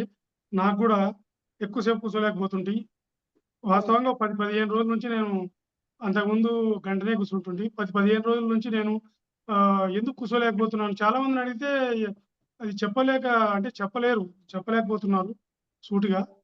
నేను గూడా ఎక్కడ పోలేకపోతున్నాను. అంటే వేరే పెద్ద పెద్ద మాస్టర్‌ల దగ్గరికి సలహాల కోసం ఎక్కడ పోలేకపోతున్నాను. అయితే నేను చిత్తశుద్ధితో నేను గట్టిగా, అంటే అది పట్టరాదు, పట్టి పట్టు విడవరాదు. విడవరా? పట్టి విడవడు పట్టు కంటే వెండి పట్టనేయని. కట్టుట మేలు అని మన మాస్టర్‌లు చెప్తుంటారు. నేను దాన్ని పట్టుకొని మొండిగా కూర్చోవడం నేర్చుకున్నాను. హ్మ్. కూర్చుంటున్నాను. ఇప్పుడైతే 2:30 గంటలు కూడా కూర్చున్నా. ఒక చిన్న ఈ సలహా 15 సార్. రోజులు. కాబట్టి బాగా ధ్యానం చేయండి. మంచి శక్తొస్తది. ఆహ్, దీనికి సార్ మీకు ఆధ్యాత్మిక సంబంధించిన ఏదైనా యూట్యూబ్ ఛానెల్స్ ఉంటే మీకు ఖాళీ సమయాల్లో ఆహ్, ఛానెల్స్ ఉంటాయి. వినండి. హ్మ్. జ్ఞానం వస్తది. తద్వారా మీరు ఏ విషయాలైనా గాని మనసు విస్తరించిన తర్వాత చాలా విషయాలు తెలుస్తాయి. ఆరోగ్యమైన విషయాలు గాని, సో సోషల్ పరమైనవి గాని, ఆధ్యాత్మిక పరమైనవి గాని అన్ని విషయాలు తెలుస్తాయి. మైండ్ విస్తరిస్తది. ధ్యానం అనే కొలిమిలో మా మనసు పెట్టినప్పుడు విస్తరిస్తది. అదే మన ఆధ్యాత్మికవేత్తలు చెప్తుంటారు. బుడ్డల ఇత్తనాల నుంచి గానుగలో వేస్తే బుడ్డల నూనె వస్తది. నువ్వులు వేస్తే నువ్వుల నూనె వస్తది అంటారు. అట్లాగే మన మనసును ధ్యానం అనే కొలిమిలో వేస్తే విస్తరిస్తది. ధ్యానం విస్తరించి జ్ఞానం వస్తది. మన మనసును ధ్యానం అనే కొలిమిలో పెడితే మనకు జ్ఞానం వస్తది.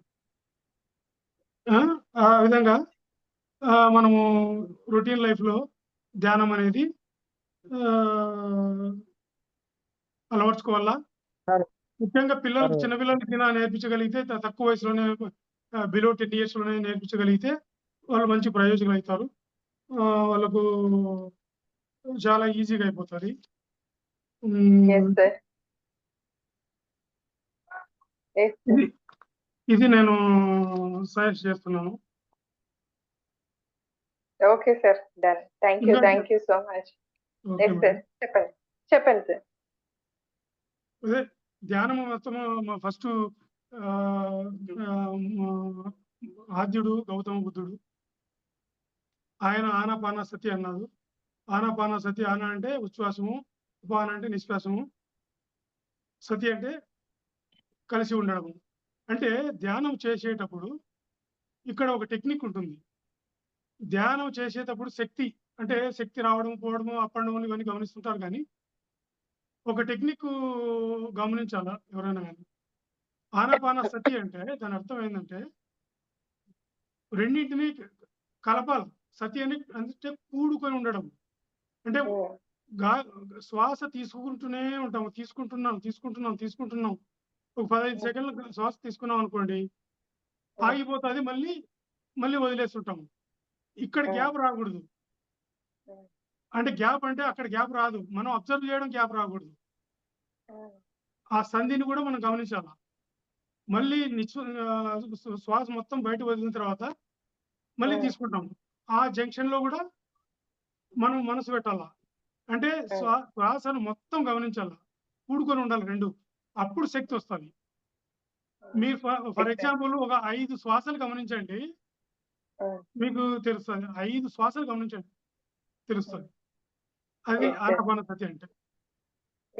అదే మన పత్రిజీ గారు చెప్పడం శ్వాస మీద ధ్యాస పెట్టండి అంటాడు. శ్వాస మీద ధ్యాస పెట్టండి. శ్వాసనే గమనిస్తూ ఉంటాం. ఇక్కడ కూడా ధ్యాస పెట్టండి అంటే శ్వాస ఒక శ్వాస మొత్తం వచ్చి శ్వాస తీసుకున్నప్పటి నుంచి తీసుకునే టైము మొత్తం తీసుకున్న టైము 15 సెకన్లు గమనించాలా. మళ్ళీ బయటికి వదిలే 15 సెకన్లు గమనించాలా. ఇది మొత్తం 30 సెకన్లు ఒక శ్వాస తీసుకొని వదిలిపెట్టామనుకో 30 సెకన్లు మన ధ్యాస ఆ శ్వాస పైన పెట్టాలా. ఇది చాలా మంది పెట్టడం లేదు. ఈవెన్ నేను కూడా పెట్టడం లేదు. నేను పొరపాటున అట్లా పెట్టినాననుకోండి లోపల శరీరంలో అణుబాంబులు పేలినంత శక్తి వస్తది. అది ప్రాక్టీస్ చేయాలి ఇప్పుడు నేను కూడా. పెట్టలేకపోతున్నాం యాక్చువల్‌గా. అదే అది వస్తది. అది ప్రాక్టీస్‌తో వస్తది. తొందరగా రాదు. ఒకేసారి రాదది. చాలా ఇది సంస్కారం అంటారు. సంస్కారం అంటే గత జన్మల మంచి కర్మలు, చెడు కర్మలు బట్టి నీకు బ్యాలెన్స్ షీట్ ఉంటుందంటే, ఆ షీట్ ప్రకారమే వస్తది గానీ, నీకే బ్యాలెన్స్ షీట్ తక్కువుండి నీకు ఒకటేసారి ఇంత రావాలంటే రాదు. ఎన్నో జన్మలెత్తాల. సంస్కారం ప్రకారమే మనం నడుచుకొని, ఇంకో జన్మ తీసుకొని, సంస్కారం ప్రకారం నడుచుకొని, ఇంకో జన్మ తీసుకొని, ఇట్లా 100 మెట్లెక్కిన తర్వాత మనం పరమాత్మలోకి చేరుకుంటాం అనుకుంటే 100 జన్మలెత్తాల. అదే ఫర్ ఎగ్జాంపుల్ యోగి వేమన ఉన్నాడు. సార్ మనం మళ్ళీ కంటిన్యూ చేస్తున్నాం sir if you don't mind. Okay. ఎందుకంటే ఇంట్లో ఈరోజు సాటర్డే కదా మెడిటేషన్ ఉంటుంది. Okay madam. ఓకే. అంటే సబ్జెక్ట్‌లోకి పోతే ఇదొక అది అంతం ఉండదు. ఆధ్యాత్మికతకి అంతు అనేది లేదు. టైం లిమిట్ కూడా ఉంటుంది కదా. సో అందుకని.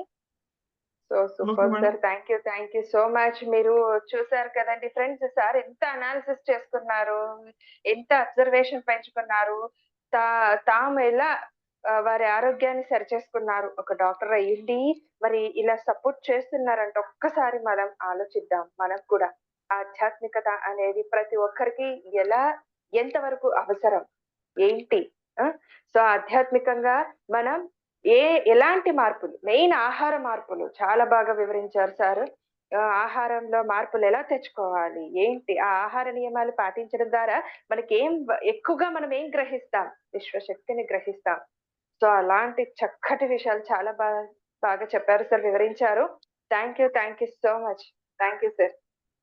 Thank you madam. Thank you madam. ధన్యవాదాలు. Okay friends. మరి ఇలాంటి జ్ఞానవంతమైన నోటిఫికేషన్స్‌తో మళ్ళీ మీ ముందుకు వస్తాను.